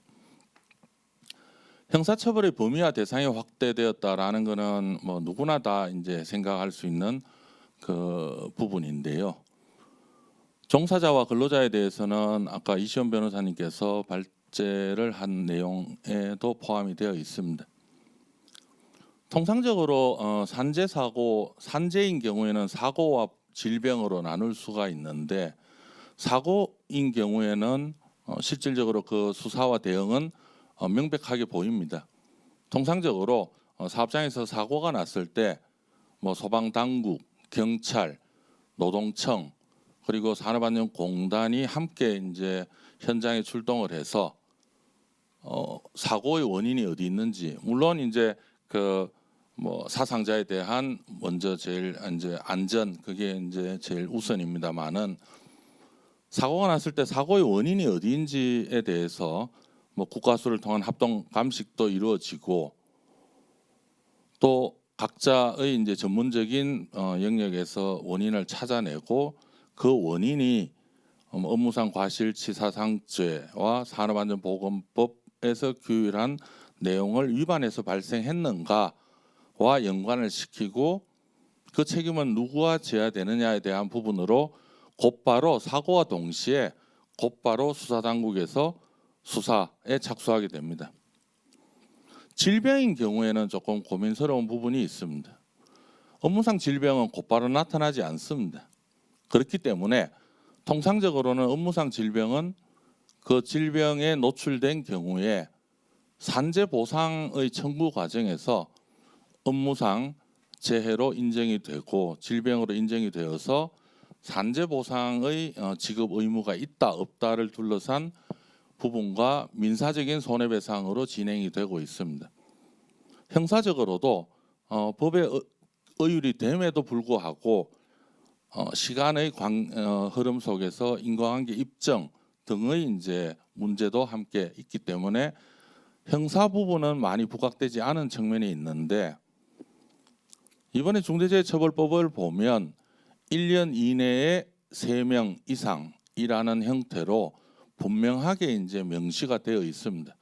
산안법보다는 훨씬 더 좀 엄격하게 규정이 되고 있는데 이 경우에는 사법당국의 수사 시점이 언제냐라는 부분도 함께 좀 고민해 봐야 되는 부분이 있고 징벌적 손해배상 청구가 이루어진 상태와 형사적인 수사 단계가 동시에 진행될 경우 그 입증을 어떻게 할 것이냐와 그 부분도 한번 고민해 볼 부분이다라고 말씀을 드리고요. 부사인 경우에는 큰 사고가 아닌 경우에는 보통 산재 발생 보고서를 토대로 그 요양의 기간을 의료기관이 정합니다. 6개월 이상. 실질적으로는 그러면 6개월이 지난 시점에서 6개월 이상에 해당하는 부상에 해당되고 2명 이상이 되어서 중대재해처벌법이 적용이 되는 거냐 아니면 그 2명 중에 1명은 5개월이다. 예를 들어 7개월이다. 2명이다. 1명이다. 3명이다 라는 걸 둘러싸고 상당한 시간이 지난 다음에 형사처벌의 범위에 대한 이야기도 나오지 않을까 싶고요. 그 과정에서 고소나 고발 사건이 동시에 겹쳤을 때 또 한번 생각해 볼 필요가 있습니다. 대상 부분에 있어서는 경영 책임자에 대해서는 많이 이야기를 했습니다. 생각해 보면 산안법과 가장 이제 중대재해처벌법이 경영 책임자 부분이 다르다는 것은 본사와 현장이 분리되어 있는 사업장을 저희가 머릿속으로 생각을 하고 있기 때문이 아닌가 싶습니다. 본사와 현장이 동일하다면 현재도 산업안전보건법에 사업주, 예를 들어 법인인 경우를 상정할 경우에 그럼 안전보건관리 책임자가 곧 그 사업장의 사장이고 공장장이고 대표일 경우가 많이 있습니다. 물론 동일 사업장이라도 규모가 큰 경우에는 그 직무 범위가 달리할 수는 있지만 어찌되었든 동일 사업장인 경우에는 이 산안법과 중대재해법, 처벌법이 동시에 한 사람을 겨냥할 수가 있는데 이 경영 책임자를 이제 처벌해야 된다라는 이 법의 목적을 본다면 본사와 건설업체가 가장 대표적인 경우가 해당되겠죠. 그리고 대형 화학 공장과 대형 사업장인 경우에는 본사와 공장이 분리되어 있는 경우에 그 대표이사가 본사에 있고 현장 단위에서 현장에 있는 안전보건관리 책임자, 뭐 공장장이면 공장장이나 현장 소장만 책임을 지면 되고 나는 책임이 없다라는 것을 방지하기 위한 법으로 보여지는데 그 경우에 이제 두 법의 의율이 하나의 포인트입니다. 산안법을 위반하거나 중대재해법 위반의 큰 차이는 산업안전보건법은 재해 예방을 위해서 이러이러이러한 조치를 해라라고 하는 이제 의무 규정입니다. 재해가 나지 않더라도 해라라는 것을 지키지 않으면 산업안전보건법 위반이 됩니다. 그 과정은 재해가 발생하지 않더라도 근로감독 과정에서 근로감독관이 이 법 왜 안 지켰어요? 이건 법 위반입니다라고 하면 산업안전보건법의 위반이 되는데 중대재해법은 또 다릅니다. 이러이러한 법 4조에서 이야기하고 있는 의무 사항들을 이행을 했는지가 첫 번째고 그 의무에 대한 위반으로 중대재해가 발생한 경우에 즉 재해가 발생을 해야만이 중대재해법이 적용이 되는 형태가 되기 때문에 범위와 대상은 묶여져 있고 또 굉장히 중요한 포인트가 됩니다. 최근에 만난 몇 분들이 안전 담당하는 임원분들을 몇 번 만났는데 또는이라는 말 때문에 대표이사 대신에 내가 다 책임을 져야 된다라는 이제 그런 이야기를 많이 하고 있습니다. 또 대표하시는 분들은 또는이라는 법문이 들어갔기 때문에 밑에서 엔드에서 오화로 넘어갔기 때문에 나는 책임을 안 진다라고 이렇게 또 생각하시는 분들도 계신데 저는 저는 그거는 굉장히 이제 신중하게 봐야 되지 않을까 싶고요. 왜냐하면 아까 이시원 변호사님께서 과연 이게 선택이냐 병존이냐라고 봤을 때는 저는 우선 병존 쪽에 좀 더 포인트를 두고 싶습니다. 왜냐하면 4조에서 규정하고 있는 의무 사항들 중에 예산과 인력의 부분이 있습니다. 큰 회사에 안전 담당하는 인력과 예산은 실질적으로 보면 어마어마합니다. 그러면 내가 안전 담당 이사다 아니면 안전 담당자다 내가 다 했어요라고 했을 때 수사당국은 이렇게 되물을 수는 있습니다. 몇십억이 소요되고 몇십 명을 채용하고 몇십 명을 배치하는 그 권한이 당신이 끝이냐?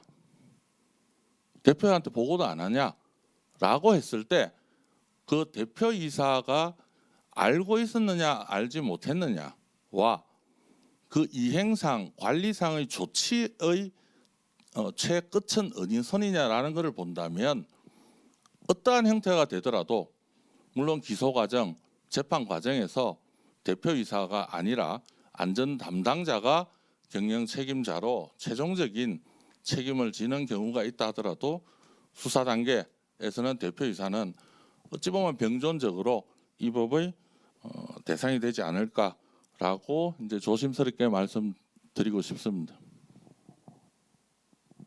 또 하나는 아까 도급인의 준수 의무에서 아까 제가 말씀 못 드린 부분 중에 하나는 수급인의 근로자 또는 수급인의 종사자가 일하는 하나하나를 책임지라는 뜻은 분명히 아닙니다. 도급인의 준수 의무는 본인이 지배 관리하고 있는 부분에 있어서 수급인이 본인이 도급을 준 그 일을 완성하는 과정에서 사고가 나지 않게끔 하라는 그 도급인의 안전 조치와 그러면 그 재해를 막기 위한 그런 예방을 위한 각종 공동으로 해야 될 일은 무엇이냐라는 것에 대한 의무를 부과하는 거다. 이렇게 이제 좀 보시면 되지 않을까 싶고요. 파견과 이제 걱정을 하는 분들이 많이 있습니다. 절대적으로 이제 이야기하는 것은 법원에서도 판례로 계속적으로 도급인과 수급인은 분명히 도급 계약의 적법하다면 분명히 분리 독립된 부분이다라고 하고 있고, 다만 하청업체가 소홀하게끔 하는 자기의 지배 범위 내에서 자기의 울타리 또는 자기의 지배권이 있는 범위 내에서 일을 하는 그 모습에 있어서는 안전에 대해서 반드시 챙겨야 된다라고 그런 뜻으로 이제 이해하시면 되지 않을까 싶고요. 경영 책임자가 그러면 앞으로 어떻게 해야 될 것이냐가 이제 처벌의 문제가 아니라 이 4조가 이야기하고 있는 1, 2, 3, 4, 1과 4는 대통령령으로 위임되었다 하더라도 실질적으로는 규정이 그걸 도대체 어떻게 다 이행하느냐의 문제는 뭐 계속적으로 논의를 해봐야 되겠습니다만은 우선적으로는 적극적으로 대응할 필요가 있습니다. 종전에는 그건 공장장이 알아서 할 문제고 현장 소장이 다 했지 나는 전혀 뭐 보고도 받지 못했습니다라고 했다면 행여나 그게 이제 다만 그게 이제 뭐 적극적으로 이제 부작이나 이런 부분으로 이제 판단이 어떻게 될지 모르겠습니다만 종전의 산업안전법에서도 실질적으로 보면 그 본사가 그 부분에 있어서 이제 반영을 해주지 않았다는 게 명백하게 확인이 되면 종전에도 산업법에서 의율을 댈 수 있었습니다. 하지만 대체적으로 현장 단위에서 이제 다 일이 이루어졌다라는 것을 그렇기 때문에 알지 못했다, 보고받지 못했다라는 게 어찌 보면 대응의 제1원칙이었었나 그런 잘못된 부분은 고쳐야 되겠다라는 게 이 법의 취지로 저희들이 해석을 해야 된다면 이제는 관리 시스템을 구축을 해야 됩니다. 이번 법안심사 회의록을 보시면 그러면 대표이사가 어떤 뭐 액션을 취한 게 있으면 이 법을 지킨 거죠라는 식의 논의가 많이 있는데 그 관리 시스템을 어떻게 구축할 것이냐, 인력과 예산을 포함하는 이제 부분과 그 경영 마인드를 어떻게 점검할 부분인가라는 것은 굉장히 좀 적극적으로 대응을 할 필요가 있고, 이준 변호사님 말씀하신 금년 1월부터 시행하고 있는 500인 이상 대표이사 건설회사는 물론 시공 순위 1000위 이내입니다. 이사회 보고 승인 의무를 이행하는 그 내용과 실질적으로는 굉장히 유사해 보입니다. 유사해 보이는 부분이 있고 결과적으로 그 각 회사의 특성에 맞게끔 컴플라이언스 과정을 통해서 점검하고 대비하고 준비 그리고 시뮬레이션을 통해서 이제 그게 정착되도록 해야 되는데 앞서 말씀드린 이제 경영 책임자에 대한 또는이라는 오화 개념으로 본다면 500인 이상인 경우에 산안법을 지키기 위해서 대표이사는 전체 회사의 계획을 이제 보고를 해야 되는데 형사처벌 대상하고도 맞물리는 부분이 있습니다. 마지막으로 말씀드리고 싶은 부분은 금년 1년 동안 그러면 현장에서 어떻게 변할 것이냐의 부분이고요. 양형 기준의 상향과 수사 당국이나 행정 당국의 근로 감독이 이제 굉장히 좀 강화된다고 또 이제 예상을 하셔야 될 것 같고요. 수사기관 결정은 향후에 이제 법무부와 고용노동부 등에서 결정이 될 거로 판단이 되고요. 징벌적 손해배상과 관련해서는 아까 이시영 변호사님께서 초기에 합의가 굉장히 어려울 것이다라고 한 부분은 산재보상액의 이제 산정 범위와 유족 합의 부분이 이제 같이 맞물리는 부분이 있고 산안법 개정도 금년 내에 이루어진다면 어떻게 이루어질지도 함께 봐야 될 포인트로 여겨집니다. 예, 감사합니다. 예, 고문님 감사합니다. 세션 이 토론에 참여해 주신 모든 분들께 감사하고 그럼 두 번째 토론 세션을 마치고 다음으로 넘어가겠습니다. 이제 중대재해처벌법을 분석하고 쟁점에 대해서 조금 파악했으니 이제 앞으로 어떻게 대응해야 할지가 문제되는데요. 세 번째 세션으로는 이동현 노무사님께서 중대재해처벌법에 대한 대응 방안으로서 산업안전 컴플라이언스 방안에 대하여 발표해 주시겠습니다. 이동현 노무사님 부탁드립니다. 네, 저는 그 중대재해처벌법에 대한 대응 방안으로 유일하고 가장 강력한 수단이라고 판단되는 산업안전 컴플라이언스 방안에 대해서 발표하도록 하겠습니다. 우선 그럼 왜 우리가 컴플라이언스를 해야 되느냐, 이 컴플라이언스 필요성에 대해서 좀 설명을 드리겠습니다. 아시다시피 1년 전에 이미 산업안전보건법이 전부 개정이 되어서 2020년 1월 16일부터 책임 범위가 확대되었고 그에 대한 처벌이 강화되었습니다. 근데 이번 중대재해처벌법으로 형사처벌 대상이라든지 안전보건 조치 범위 확대 이런 것이 이제 강하게 됐고 또한 처벌마저도 강화됐습니다. 그래서 지금 이러한 상황에서 기업에서는 안전보건에 대한 가치를 가장 중요하게 생각하고 이에 대한 대책을 마련해야 되는 상황으로 보입니다. 그러면 이러한 규제에 대해서 우리가 어떻게 대응할 것인가? 저는 이렇게 세 가지 목표로 보고 있습니다. 첫 번째는 사고 예방을 위해서 체계적인 안전관리 시스템을 수립하고 선제적이고 적극적인 안전보건 활동을 하는 것입니다. 두 번째로는 이런 활동을 통해서 기록화하고 문서화하고 그것을 통해서 법적 의무 준수의 주장의 근거를 마련해서 처벌 리스크를 최소화하는 것입니다. 마지막으로는 사고 발생 시에 적절히 대응하여 기업에 미치는 영향을 최소화하는 것입니다. 이러한 세 가지 목표를 기업에서 달성하기 위해서는 사업장 내 유해 위험 요인을 관리하고 교육 체계를 확립하고 규정, 안전 조직을 재정비하고 이러한 종합적인 컴플라이언스 체계를 구축함으로써 달성 가능하다고 사료됩니다. 저희가 이번 세미나를 준비하면서 수백 개의 질문을 받았습니다. 그런데 이 컴플라이언스와 관련돼서는 이 두 가지가 키 이슈입니다. 무엇을 준비해야 되냐, 우리가 어떻게 준비해야 되냐. 구체적인 질의보다는 이런 포괄적인 질의가 많은데요. 그 이유는 아직 법이 대통령령도 입법되지 않았고 구체적으로 우리가 무엇을 해야 되느냐 이거에 대한 궁금증이 가장 많기 때문이라고 생각합니다.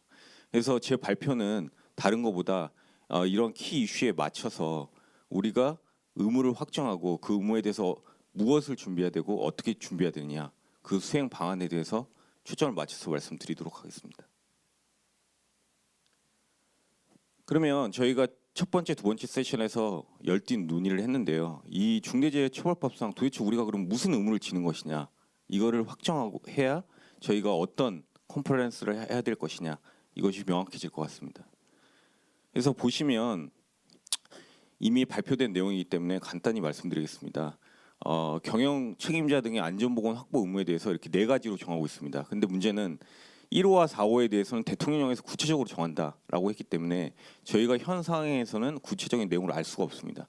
다만 기존의 산업안전보건법은 저희 사업장 내에 종합적인 안전보건에 대한 책임과 기준 그리고 세세한 안전보건 조치에 대해서 정하고 있기 때문에 이러한 것을 저희가 참고해서 저희가 그럼 무엇을 지켜야 되는지에 대해서 조금 예상해 볼 수 있을 것 같습니다. 우선 1호를 보겠습니다. 1호는 재해 예방에 필요한 인력 및 예산 등 안전보건 관리 체계의 구축 및 그 이행에 관한 조치 이렇게 되어 있습니다. 그런데 저희가 산업안전보건법 제14조에 보면 일전에 얘기가 됐지만 상시 500인의 상시 근로자를 사용하는 사업에서는 대표이사가 안전보건에 관한 계획을 수립하고 이사회에 보고 승인을 하고 그거에 대해서 이행을 확인하게끔 하는 의무가 있습니다. 그런데 이거에 대한 구체적인 의무에 대한 시행령을 보시면은 2호, 3호에 안전보건관리 조직의 구성, 인원 및 역할, 그리고 예산 및 시설 현황에 대해서 계획하고 거기에 대해서 이행을 확인하는 의무입니다. 따라서 이런 제14조의 내용은 중대재해처벌법상의 1호와 유사한 내용으로 보입니다.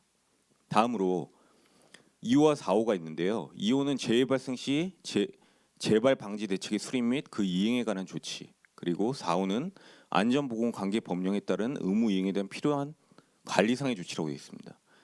그런데 저희가 가만히 생각해 보면 산업안전보건법상의 안전보건 체계가 있잖아요.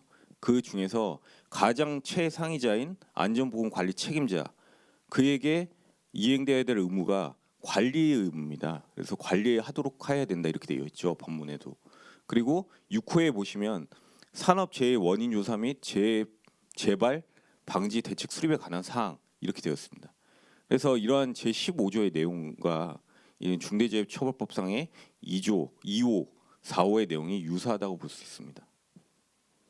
저희가 이러한 분석 결과를 종합해 보면 물론 대통령령이 입법되면서 산업안전보건법에 겹치지 않은 의무까지 확장될 수는 있겠지만 기본적으로 산업안전보건법상의 제14조, 제15조 상의 의무를 대표이사 등 경영 책임자에 따라서 계획하고 이행하도록 한다. 이런 내용이 될 가능성이 높아 보입니다.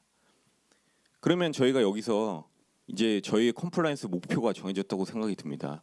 결국에는 지금 현 상황에서는 산업안전보건법상의 안전보건 조치에 대한 철저한 준수, 이것이 개정된 산업안전보건법도 준수하고 또 이번에 제정되는 중대처벌법도 준수할 수 있는 법적 리스크를 최소화할 수 있는 방안이라고 저는 생각합니다. 따라서 이러한 초점에 맞춰서 저희가 실무적으로 어떻게 그러면 컴플라이언스를 수행할 것인가, 그 수행 방안에 대해서 말씀드리겠습니다. 저희가 안전보건법규를 보면 6가지 정도로 분류할 수 있습니다. 조직 규정에 대한 안전보건 관리 체계에 대한 사항, 산업재해가 발생했을 시에 무엇을 지켜야 되느냐, 법적 준수사항, 그리고 안전보건 교육에 대한 사항. 네 번째로는 위험 기계 기구 및 유해 위험 요인에 대한 위험 관리 및 위험성 평가. 그다음에 건강 진단 MSDS 이런 보건 관리에 대한 사항. 마지막으로 그 작업별 안전보건상의 조치에 대한 사항입니다. 따라서 이 안전보건 관련한 컴플라이언스는 이러한 6가지 분류된 안전보건 활동들을 모두 포괄하고 각 분야별 이행이 확보될 수 있도록 설계가 되어야 됩니다. 여기에 착안해서 저희가 컴플라이언스 수행 범위를 크게 2가지로 분류할 수 있을 것 같습니다. 첫 번째는 법률, 규정, 제도, 그리고 우리 사업장 내에 유해 위험 요인들을 검토하고 개선하고 정비하는 컴플라이언스. 그리고 거기에 따라서 그런 컴플라이언스가 지속적으로 수행되고, 그리고 지금 중대재해처벌법상의 경영 책임자 등이 우리는 다 했다, 우리가 할 안전보건 확보물을 다 했다라고 주장할 수 있는 근거를 마련하기 위해서 컴플라이언스의 조직과 관리 체계를 구축하는 겁니다. 통상적으로 컴플라이언스 4단계로 나눌 수 있습니다. 발생 가능한 안전보건 리스크를 식별하고, 그리고 영향이나 위험도를 분석하고 평가하고, 그렇게 되면 주요 리스크가 도출이 되겠죠. 그 주요 리스크에 대해서 안전보건 확보 방안을 수립하고, 그런 다음에 어떤 컴플라이언스 조직을 통해서 개선책 이행 상태를 지속적으로 점검하고 누락된 리스크라든지 신규 리스크라든지 이런 거를 다시 식별 평가해서 대응하는 단계, 이렇게 4가지로 보시면 되겠습니다. 그래서 이러한 컴플라이언스의 수행 방안에 대해서 이런 4가지 단계로 나누어서 하나씩 설명드리겠습니다. 우선 저희는 리스크를 식별하고 평가해야 됩니다. 이거는 사업장별로 다를 수 있습니다. 그래서 그런 거는 유의하셔야 되는데, 기본적으로 산업안전보건법령상의 의무 준수, 그리고 우리의 관리 상태가 어떠냐, 이런 것을 현황을 파악해야 됩니다. 근데 이를 위해서는 법령상의 전반적인 의무가 포함된 리스크 풀을 정립해야겠죠. 그리고 그 리스크 풀을 통해서 리스크를 식별하고 평가하고 주요 리스크를 도출해야 됩니다. 그런데 제가 이런 이제 컴플라이언스를 많이 수행하다 보면은 가장 중요한 점은, 리스크 풀을 정립할 때 가장 중요한 점 무엇이냐면, 실무적으로 우리 사업장 내에 안전보건 조치를 해야 될 작업 범위가 어디까지냐, 어떤 것이 있느냐, 그리고 우리 소속 근로자뿐만이 아니라 도급 등으로 인한 제3 소속 근로자 또는 특수형태 근로 종사자, 이런 사람들이 어디까지 있냐 보호 범위가.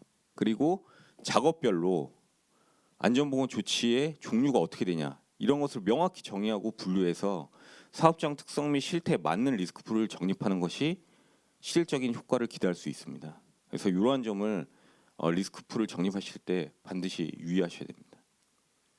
또한 이런 법령에 대한 점검뿐만이 아니라 공정 작업별로 위험 요인이 무엇이냐, 그리고 우리의 관리 체계의 수준이 어떠냐, 적절하냐 이런 것이 반드시 병행돼서 검토되어야 됩니다. 그래서 제 수행 경험을 토대로 말씀드리면 체크 포인트는 이러한 것이 됩니다. 최소 단위의 접점별로 위험성 평가가 이루어지고 있냐, 또 위험성 평가의 결과가 기록되고 업데이트가 되고 있느냐, 위험성 감소 대책이 적시에 이루어지고 재점검할 수 있는 프로세스가 정립되어 있느냐, 위험성 평가에 작업자들이 참여해가지고 이런 작업자들이 업무에 대한 위험 요소를 충분히 인지하고 업무를 수행하고 있느냐, 마지막으로 공정 작업별 안전 점검이라든지 안전 교육 이런 것들은 위험 요인과 연계되어서 적절히 수행되고 있느냐, 이러한 부분을 중점적으로 점검하실 필요가 있습니다. 그러면 제가 지금까지 이제 그 법령 그리고 사업장별 특성에 맞는 위험 요인에 대해서 리스크를 식별하고 평가해야 된다 이렇게 말씀드렸는데, 그럼 이거를 실무적으로 어떻게 평가할 거냐, 그 툴을 우리가 가지고 있느냐, 이게 문제일 것입니다, 실행상으로는. 그래서 여기에 대해서는 여기에 명시되어 있는 이런 자료들을 참고해서 만드실 수 있을 것 같습니다. 그래서 산업안전보건 기준에 관한 규칙에 보시면 아시겠지만 추락, 붕괴, 폭발, 화재, 위험물 이런 위험 요인 특성별로의 세세한 안전보건 조치가 담겨져 있습니다. 또 근로감독관 직무 규정을 보면 이 1차 조사기관인 노동청에서 어떠한 점을 주요적으로 점검하느냐, 그리고 위반이 있을 때 어떤 사항, 이건 범죄 인지 사항이냐 아니면 단순한 시정 지시 사항이냐, 이런 우선순위를 선별해 볼 수 있겠죠. 그리고 도급 사업 안전보건 관리 매뉴얼을 보시면은 이제 제3의 소속 근로자에 대한 조치가 세세하게 나와 있습니다. 특히 산업안전보건공단의 홈페이지에 들어가시면은 각종 매뉴얼이 있는데요. 이게 업종별 종합적인 안전보건 관리에 대한 사항, 그리고 기구나 유해 요인별 준수 사항 및 체크리스트들이 쫙 나열되어 있는 자료들이 매뉴얼, OPL 이런 것들이 엄청 많습니다. 그래서 이러한 자료들을 기본적으로 참고해서 만들고, 무엇보다도 안전관리자나 관리감독자 이런 사업자 내의 실무자들의 의견을 수렴해서 우리 사업장의 특성에 최적화된 툴을 도출해서 실행하실 필요가 있겠습니다. 다음으로는 이러한 것들이 완료됐으면은 안전보건의 규정, 절차서라든지 작업 표준, 매뉴얼 이런 총체적인 제반 서류에 대해서 법령의 내용을 잘 담고 있는지, 그리고 이 규정 간의 정합성이 있는지 이런 것을 검토해야 됩니다. 그래서 제가 업무를 수행하다 보면 이러한 사항들이 많이 발견이 됩니다. 그래서 보시면 공정 작업 특성, 즉 유해 위험 요인을 적절하게 반영하고 있냐 이 규정들이, 그리고 법령과 배치되거나 적합하지 않은 규정들이 있느냐 없느냐, 누락된 법령의 주요 규정들이 있느냐, 역할이나 책임 권한이 명확해서 실제적으로 실행할 수 있게 되어 있느냐, 규정 간에 상충되는 내용은 없느냐, 이러한 것들을 주요적으로 살펴보셔야 될 겁니다. 이제 이렇게 사업장 내 종합적인 것들이 이제 리스크가 식별되고 평가됐으면 주요 리스크가 도출이 될 텐데요. 그렇다면 이제 그 다음 단계로 그런 주요 리스크에 대해서 안전보건 확보 방안을 수립해야 됩니다.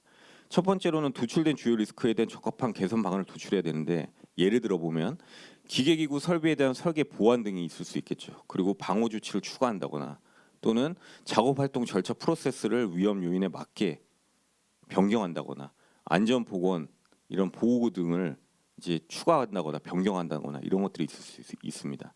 근데 여기서 중요한 점은 내부적인 점검 결과도 중요하겠지만은 외부 기관을 통해서 진단 등을 통해서 크로스 체크할 필요가 반드시 있습니다.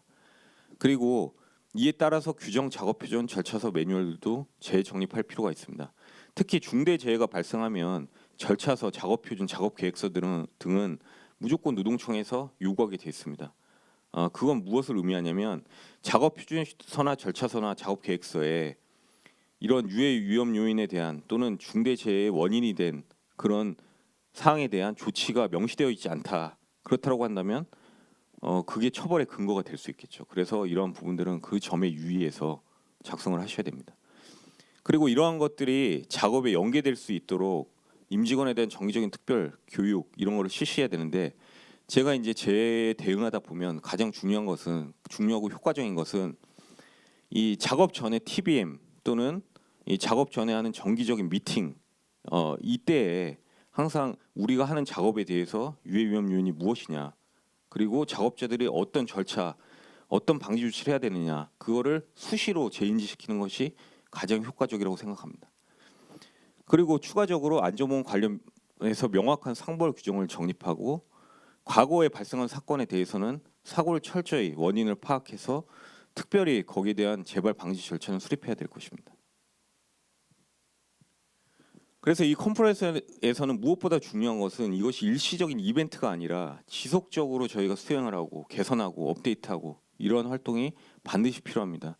그래서 그것을 하기 위해서는 산업안전보건에 대한 컴플라이언스 조직을 구축할 필요가 있습니다. 조금 구체적으로는 업무 아레나나 담당 조직을 점검한 다음에 이런 아레나를 재정립하고 상시적으로 컴플라이언스를 수행할 수 있는 전담 조직을 구성하는 것입니다. 그리고 상시적으로 감시 감독할 수 있는 인원을 편제해서 모니터링 시스템을 구축해야겠죠. 또 이러한 사항들, 이러한 컴플라이언스 시스템을 통해서 안전보건 활동 관련 내역들이 경영 책임자에게 보고되도록 해야 됩니다. 이 사항은 중대재해처벌법상 가장 중요한 사항인데 경영 책임자들의 면책 근거를 마련하는 게 중요합니다. 실적인 활동도 중요하겠지만 그래서 즉 모든 항목에서 필요한 안전 조치가 다 되었다, 이행이 다 되었다 이러한 사항들은 반드시 정기적으로 경영 책임자에게 보고되고 그런 보고 내용이 문서화되고 기록되어야 됩니다. 다음으로 제가 컴플라이언스 업무를 수행하다 보면은 이미 이런 컴플라이언스 조직이 있고 상시적인 모니터링 시스템이 돼 있는 데도 있습니다. 근데 그러한 기업의 경우에도 업무 관행상으로 굳어져서 이게 리스크로 분류가 안 되거나 아니면 모니터링 상으로 포착이 되지 않은 위험 행위들이 종종 발견이 됩니다. 따라서 컴플라이언스가 수행되고 있다고 하더라도 반드시 정기적으로 외부 기관을 통해서 안전보건 점검이라든지 컴플라이언스 시스템이 적절하게 가동되고 있는지 이런 재점검이 필요하다고 하겠습니다. 한 가지 더 말씀드리면 아무리 이제 사업장에서 사전 컴플라이언스를 잘한다고 하더라도 중대재해 등 사고가 발생했을 때 적절히 대응하지 못하면 법적 리스크에 노출되게 돼 있습니다. 그래서 이것도 하나의 축으로 가장 중요한 부분인데요. 중대재해가 발생했을 때 사고 현장이 보존되어야 되고 사고 상황과 내용들에 대한 신속한 파악 및 대강 기관에 대한 사고 발생 신고가 돼야 됩니다. 이런 거는 기본적인 법정 사항이죠. 근데 그보다 더 중요한 것은 중대재해 발생하면 이제 노동청이나 검찰 등 조사에 응해야 되고 언론의 관심이 특히나 요즘 중대재해처벌법 때문에 더 많습니다. 그래서 일관성 있는 대응을 위한 쟁점과 입장이 정리돼야 되고 이것이 충분히 소명되어야 됩니다. 그리고 통상 중대재해가 발생하게 되면 그 발생된 작업에 대해서는 중지 명령이 이루어지게 되는데 그 명령에 대해서 최소화할 수 있도록 기간을 최소화할 수 있도록 사고 원인을 시급하게 파악하고 거기에 따른 안전 개선 대책을 수립해서 이러한 작업 중지 기간을 최소화할 필요가 있습니다. 또한 유족 및 피해자와의 신속하고 원만한 합의도 중요합니다. 그런데 이러한 종합적인 상황에 대해서 미리 준비가 되어 있지 않으면 적시에 또는 적절하게 대응하기 어렵기 때문에 사고 발생 시 보고 체계라든지 발생 가능한 절차별 해야 할 업무 또 그 업무 누가 할 것이냐 담당자 선정 권한 그리고 역할 이런 것을 명확히 해서 유사시에 가이드가 될 수 있도록 대응 매뉴얼을 철저하게 수립하고 시행할 필요가 있겠습니다. 이러한 사항은 필요하다면 시뮬레이션을 한다든지 이런 사항도 필요하다고 생각됩니다. 그래서 제가 이런 안전보건 컴플라이언스의 실무적인 내용에 대해서 좀 많이 말씀을 드렸는데 이번 발표를 통해서 꼭 당부드리고 싶은 말씀은 실무상으로 이런 중대재해처벌법 또는 전면 개정된 산업안전보건법 상에서 형사처벌을 최소화하기 위해서는 다음 5가지는 시행이 되어야 됩니다. 즉시 시행이 되어야 됩니다. 그래서 보시면은 첫 번째는 사업장별로 유해 위험 요인들을 명확히 정의하고 또 외부 기관에 의해서 점검을 하고 이러한 요인별 점검 개선 활동이 시행되어야 됩니다. 그리고 이런 규정들도 이 작업자들이 실질적인 안전보건 가이드가 될 수 있도록 정비하고 구체화할 필요가 있겠습니다. 또 세 번째로는 위 사항이 실제 작업에 연계될 수 있도록 수시로 교육하고 현장에서 관리 감독자나 안전 관리자가 밀착 점검 및 코칭하여야겠습니다. 그리고 면책 근거를 마련하기 위해서는 이 모든 활동이 철저히 문서하고 기록되어야 됩니다. 마지막으로 이런 컴플라이언스 활동이 지속되고 계속 업데이트되고 개선될 수 있도록 업무 아레나 재정립 등 안전보건 조직을 정비하고 보고 체계를 확립하고 외부 기관을 통해서 이런 컴플라이언스 시스템이 잘 가동되고 있는지를 정기적으로 점검할 필요가 있겠습니다. 이상으로 중대재해처벌법의 대응을 위한 산업안전 그 컴플라이언스 방안에 대해서 발표하였습니다. 감사합니다. 예, 이동현 노무사님 감사합니다. 세 번째 세션으로 중대재해처벌법 대응 방안에 대해서 말씀을 들었는데요. 그럼 네 번째 세션으로 중대재해처벌법 대응에 관한 쟁점 토론을 시작하겠습니다. 토론자는 두 번째 세션에 토론자로 참여해 주신 분들과 동일합니다. 예, 그럼 첫 번째 쟁점입니다. 기업들은 그 산업안전 컴플라이언스상 주된 문제점에 관한 쟁점이고요. 기업들의 산업안전 컴플라이언스 상태는 기업들 여건에 따라 천차만별일 것으로 예상되는데요. 산업안전 컴플라이언스에 관심을 갖고 준비하려는 기업임에도 불구하고 여러 가지 문제점이 있을 것으로 생각됩니다. 이에 대해서 이동현 노무사님께서 이어서 말씀해 주시면 감사하겠습니다. 네, 제가 긴 시간 동안 이제 컴플라이언스를 어떻게 하고 수행 방안 어떻게 할지 말씀드렸기 때문에 이 부분은 제가 그냥 그 컴플라이언스 업무 수행하면서 이런 부분이 진짜 문제가 되겠구나, 문제가 있구나 이런 현실적인 내용을 좀 말씀드리겠습니다. 컴플라이언스 업무를 제가 이제 많이 수행하다 보면은 문제점, 주된 문제점이 뭐 세 가지 정도로 좀 분류해 볼 수 있을 것 같습니다. 그래서 안전보건 관련 인력이 부족해서 정책이나 이런 거 뭐 매뉴얼 이런 것들은 좀 잘 돼 있어도 실행에 있어서 어떤 개선 활동을 못 하고 현상 수준을 유지하는 정도에 그치는 경우, 그리고 컴플라이언스 시스템이 아예 없거나 있더라도 이제 어떤 이슈에 의해서 만들어 놨는데 이거를 업데이트하거나 재점검을 못해서 사문화된 경우, 그리고 사전 컴플라이언스는 어느 정도 했는데 중대재해는 이제 너무 특별한 상황이기 때문에 너무 당황해가지고 본인들이 했던 어떤 안전보건 활동이나 이런 걸 적절히 소명 못하고 가이드 같은 게 없기 때문에 절차 대응을 못하는 경우, 이런 경우가 있는 것 같습니다. 그래서 생각해 보면 이거를 그럼 우리가 어떻게 개선할 수 있느냐, 물론 제가 발제한 종합적인 거를 좀 참고하시면 되겠지만 좀 세부적으로 말씀드리면 현재 시행되고 있는 안전보건 활동에 대해서 수준을 철저히 한번 점검할 필요가 있습니다. 그래서 우리가 개선할 사항이 뭔지, 잘 되고 있는 사항이 뭔지를 계속적으로 좀 트래킹할 필요가 있겠습니다.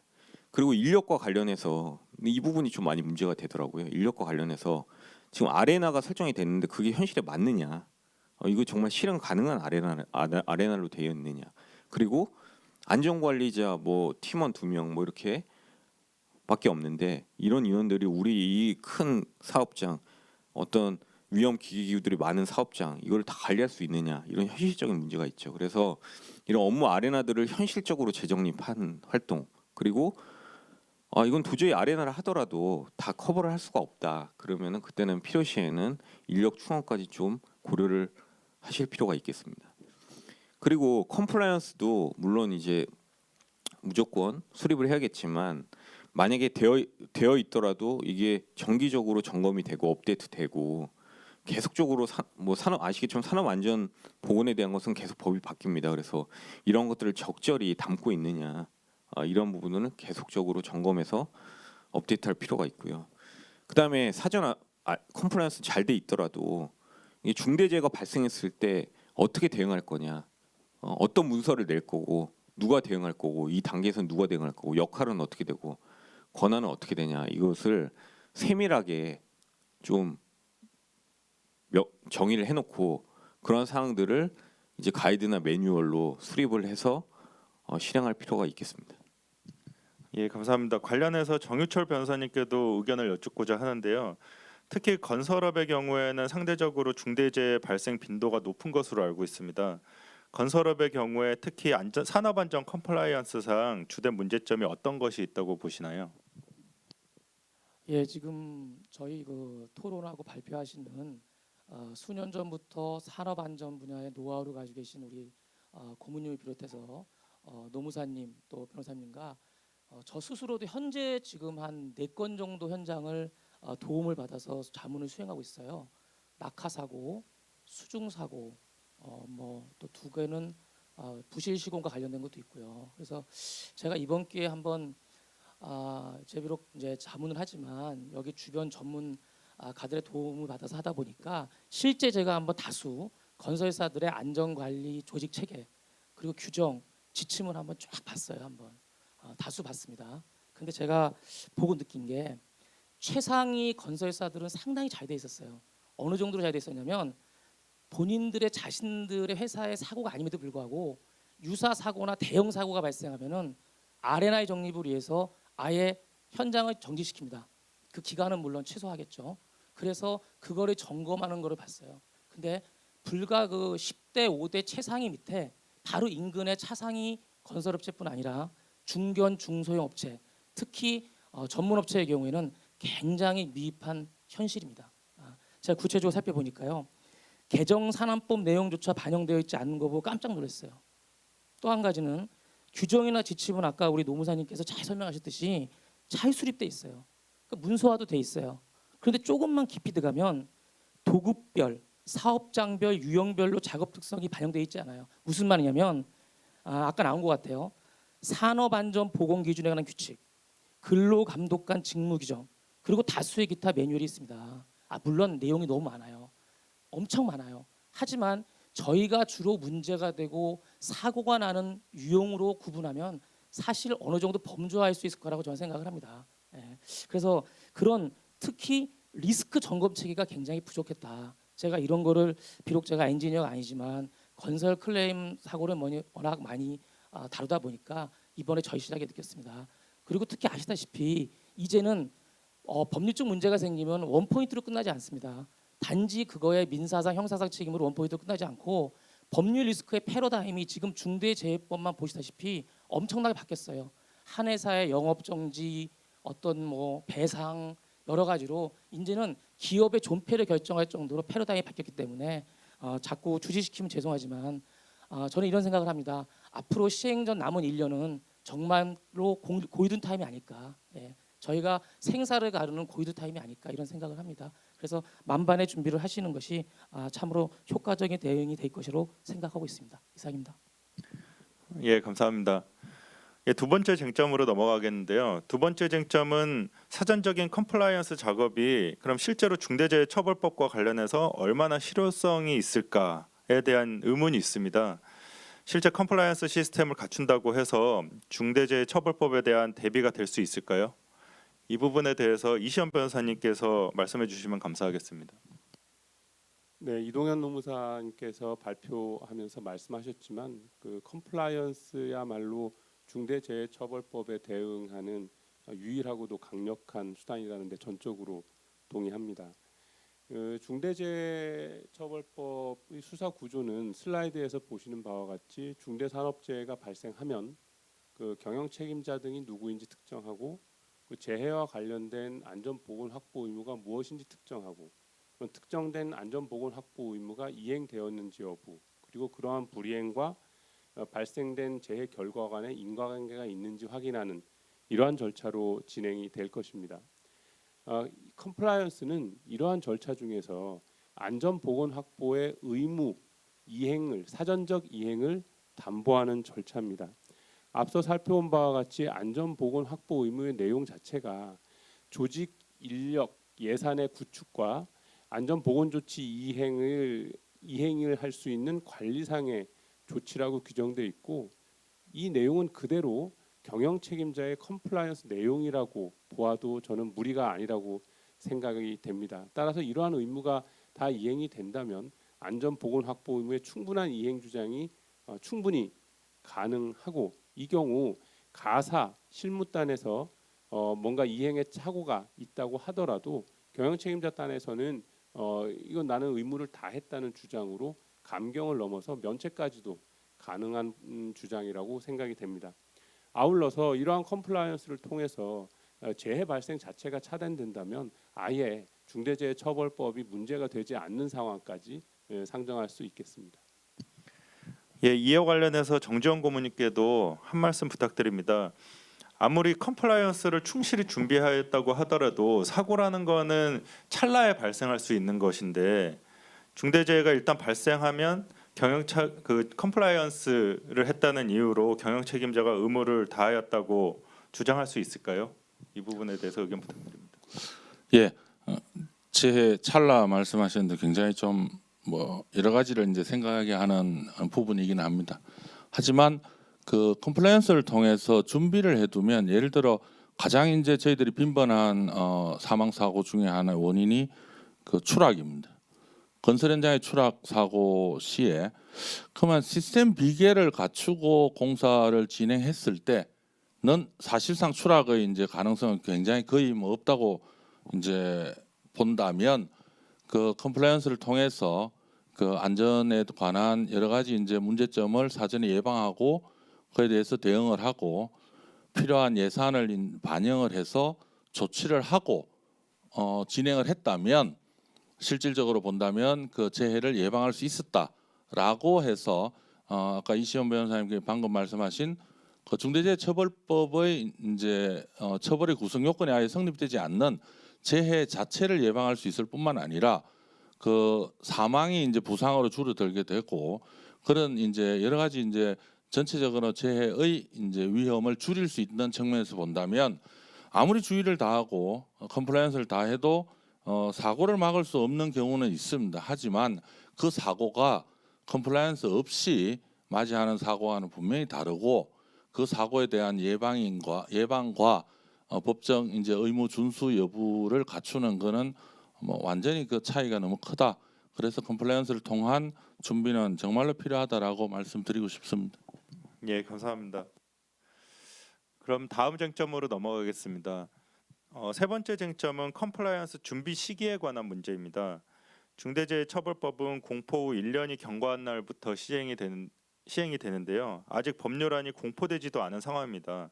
그리고 안전보건 확보 의무의 내용은 시행령을 통해 구체화될 필요도 있는 것 같습니다. 이러한 상황에서 컴플라이언스 준비는 언제부터 하는 것이 적절할까요? 정지원 고문님께서 의견 주시면 감사하겠습니다. 예. 언제부터 준비해야 되냐 시작 시점에 대해서 질문을 주셨는데 많은 분들이 언제부터 준비를 하냐 예를 들어 뭐 이게 상반기 하반기로 이렇게 나눌 수 있는 문제는 분명히 아닙니다. 왜냐하면 1년의 시간이 그러면 충분할 수 있느냐라는 것을 보면 분명히 충분하지 않다. 아까 이동현 노무사님의 이제 컴플라이언스 발제 내용을 본다면 뭐 현장 규모에 따라 다릅니다만은 작은 사업장이라 하더라도 우리가 그동안 이제 재해가 어디에서 발생했는지 재해 원인이 어디였는지라는 부분과 이제는 본인 근로자만 신경을 써서는 안 되고 본인과 사업을 하는 연관을 맺고 있는 종사자 그리고 수급 이제 하청업체인 경우에는 제3자의 종사자까지도 신경을 써야 된다면 컴플라이언스의 시작 시점은 뭐 당장 지금 말씀드리고 있는 오늘이고 아니면 어제부터 시작을 한 게 좋았다라고 말씀을 드리고 싶고 그동안에 가장 필요한 거는 종전에 아까 말씀드렸듯이 나는 몰랐다 알지 못했다라는 식의 이제 부분이 아니라 이제는 내가 알고 있었고 필요한 조치를 했다라고 하는 형태의 적극적인 어떤 마인드의 전환이 필요하고 그 본사의 이제 안전팀을 강화하고 저는 대표이사님께서 대표하시는 분께서 이 법의 의율 대상과 관계없이 반드시 지금 우리 회사 내에서 안전을 어떻게 준비할 것인가에 대해서 대표이사님이 주재하는 그 회의와 여러 가지 이제 준비들이 시작이 되었으면 좋겠다는 말씀을 드리고 싶고 그 비용에 대해서는 나중에 말씀드렸듯이 재해가 난 다음에 작업 중지가 이루어지고 그리고 그 재해로 인한 여러 일어날 수 있는 경제적인 그리고 기업이 가지고 있는 여러 이제 피해를 감안해 본다면 그 재해 예방을 위한 지금의 투자는 뭐 결코 이제 뭐 헛되이 쓰이지 않고 값지다 이렇게 말씀드리기 때문에 시작 시점은 지금부터 시작하시는 게 제일 좋다라고 말씀드리고 싶습니다. 예. 예, 감사합니다.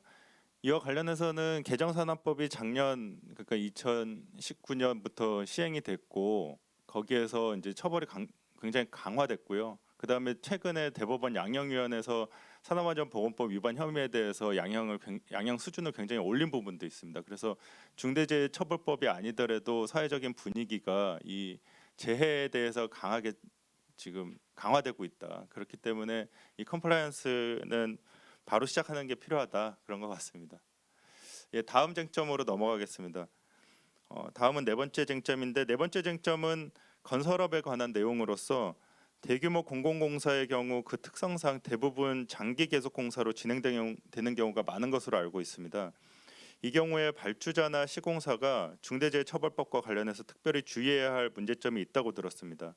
정윤철 변호사님께서 그것이 어떤 문제인지 그리고 어떻게 대응해야 할지에 대해서 말씀해 주시면 감사하겠습니다. 예, 그 장기 계속 공사 문제인데요. 제가 이제 건설 클레임을 상당히 많이 하고 있는데 특히 장기 계속 공사가 많습니다. 예.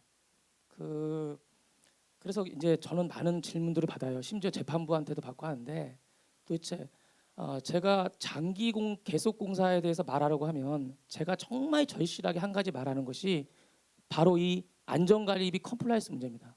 예. 왜냐하면은 바로 적정한 공사비와 적정한 공사 기간이야말로 안전의 전제 조건이기 때문입니다.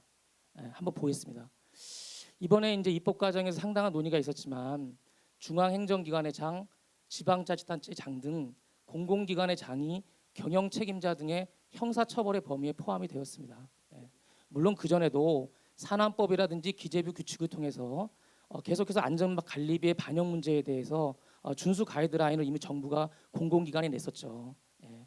그리고 저희가 잘 아시는 대형 토목공사들, 도로, 철도, 항만, 공항 대부분 공공공사는 성질상 장기 계속공사로서 상당수 공사기간이 연장되는 게 현실입니다. 보통 7년에서 8년 정도 소요가 되고요. 10년이 넘는 공사도 다수 봤습니다. 공사기간이 연장이 되면은 안전 인원이나 안전 비용에 대해서는 당연히 지출도 증가합니다. 그러나 최근의 판결이나 공공기관의 실무상 개별 차수별 계약 기간이 연장되지 않는 한 전체 총공사 기간만 연장되는 경우 이게 무슨 말씀이냐면 이런 얘기예요. 장기 계속 공사가 1차, 2차, 3차가 있었는데 4년이 늘어납니다. 총공사 기간은 7년으로 그래서 배보다 배꼽이 큰 거죠. 4차, 5차, 6차, 7차로 늘어가는데 실제로 각 차수인 4차, 5차, 6차, 7차 차수별 계약이 늘어나지 않으면 그 연장에 관한 안전관리비가 반영이 안 되는 거예요. 즉 법률적으로 계약 금액 조정이 이루어지지 않습니다. 뭐 이런 게 있냐고요? 예, 이렇게 판례가 진행되고 있어요. 예. 그렇기 때문에 결국 안전관리 소홀로 인해서 재해 발생의 위험이 증가하는 것입니다. 그것도 국가 국민의 기관이라고 할 수 있는 대형 토목공사가 그런 거예요. 예. 그렇기 때문에 저는 이런 말씀을 드립니다.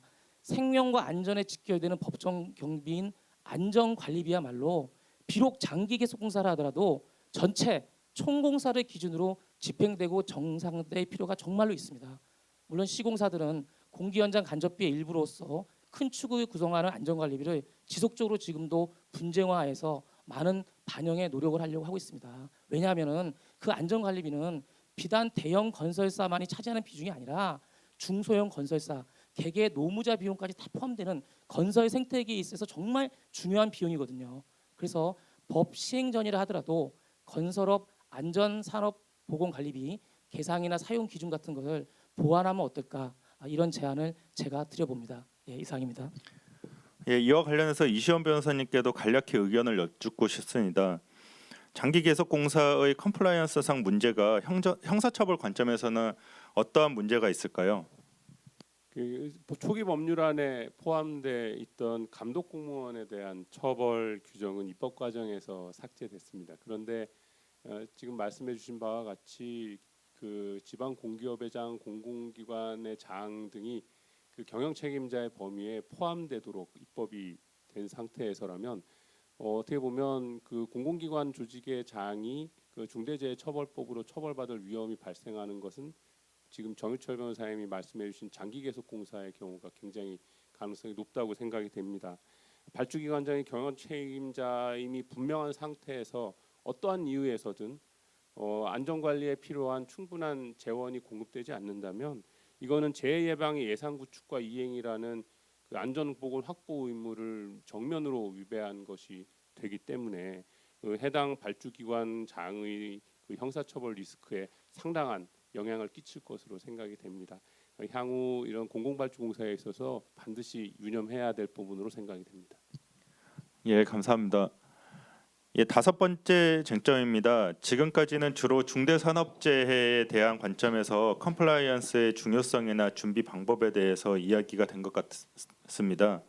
앞으로는 중대 시민재해와 관련해서도 컴플라이언스의 중요성이 강조될 것으로 보이는데요.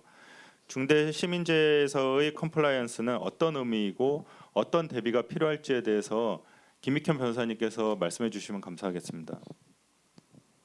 네, 예, 중대 시민재해에서의 컴플라이언스 문제는 종래에는 그 소비자 클레임 관련 문제로서 통상적으로 제조물 책임이나 뭐 일반 민사 책임, 뭐 일반 업무상 과실치사상 책임 등이 통상적으로 문제되던 영역이라고 할 수 있습니다.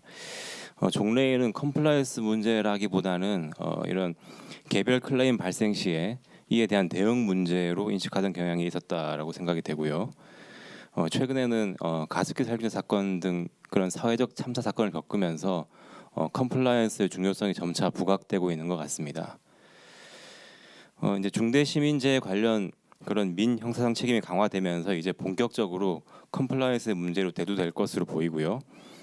그 중대 시민재해의 개념이나 특성 그리고 또 그 제조물 책임과 관련성 등을 생각할 때 앞으로는 그 중대 시민재해 책임과 제조물 책임까지 아우르는 그런 컴플라이언스가 필요하게 되었다라고 할 수 있겠습니다.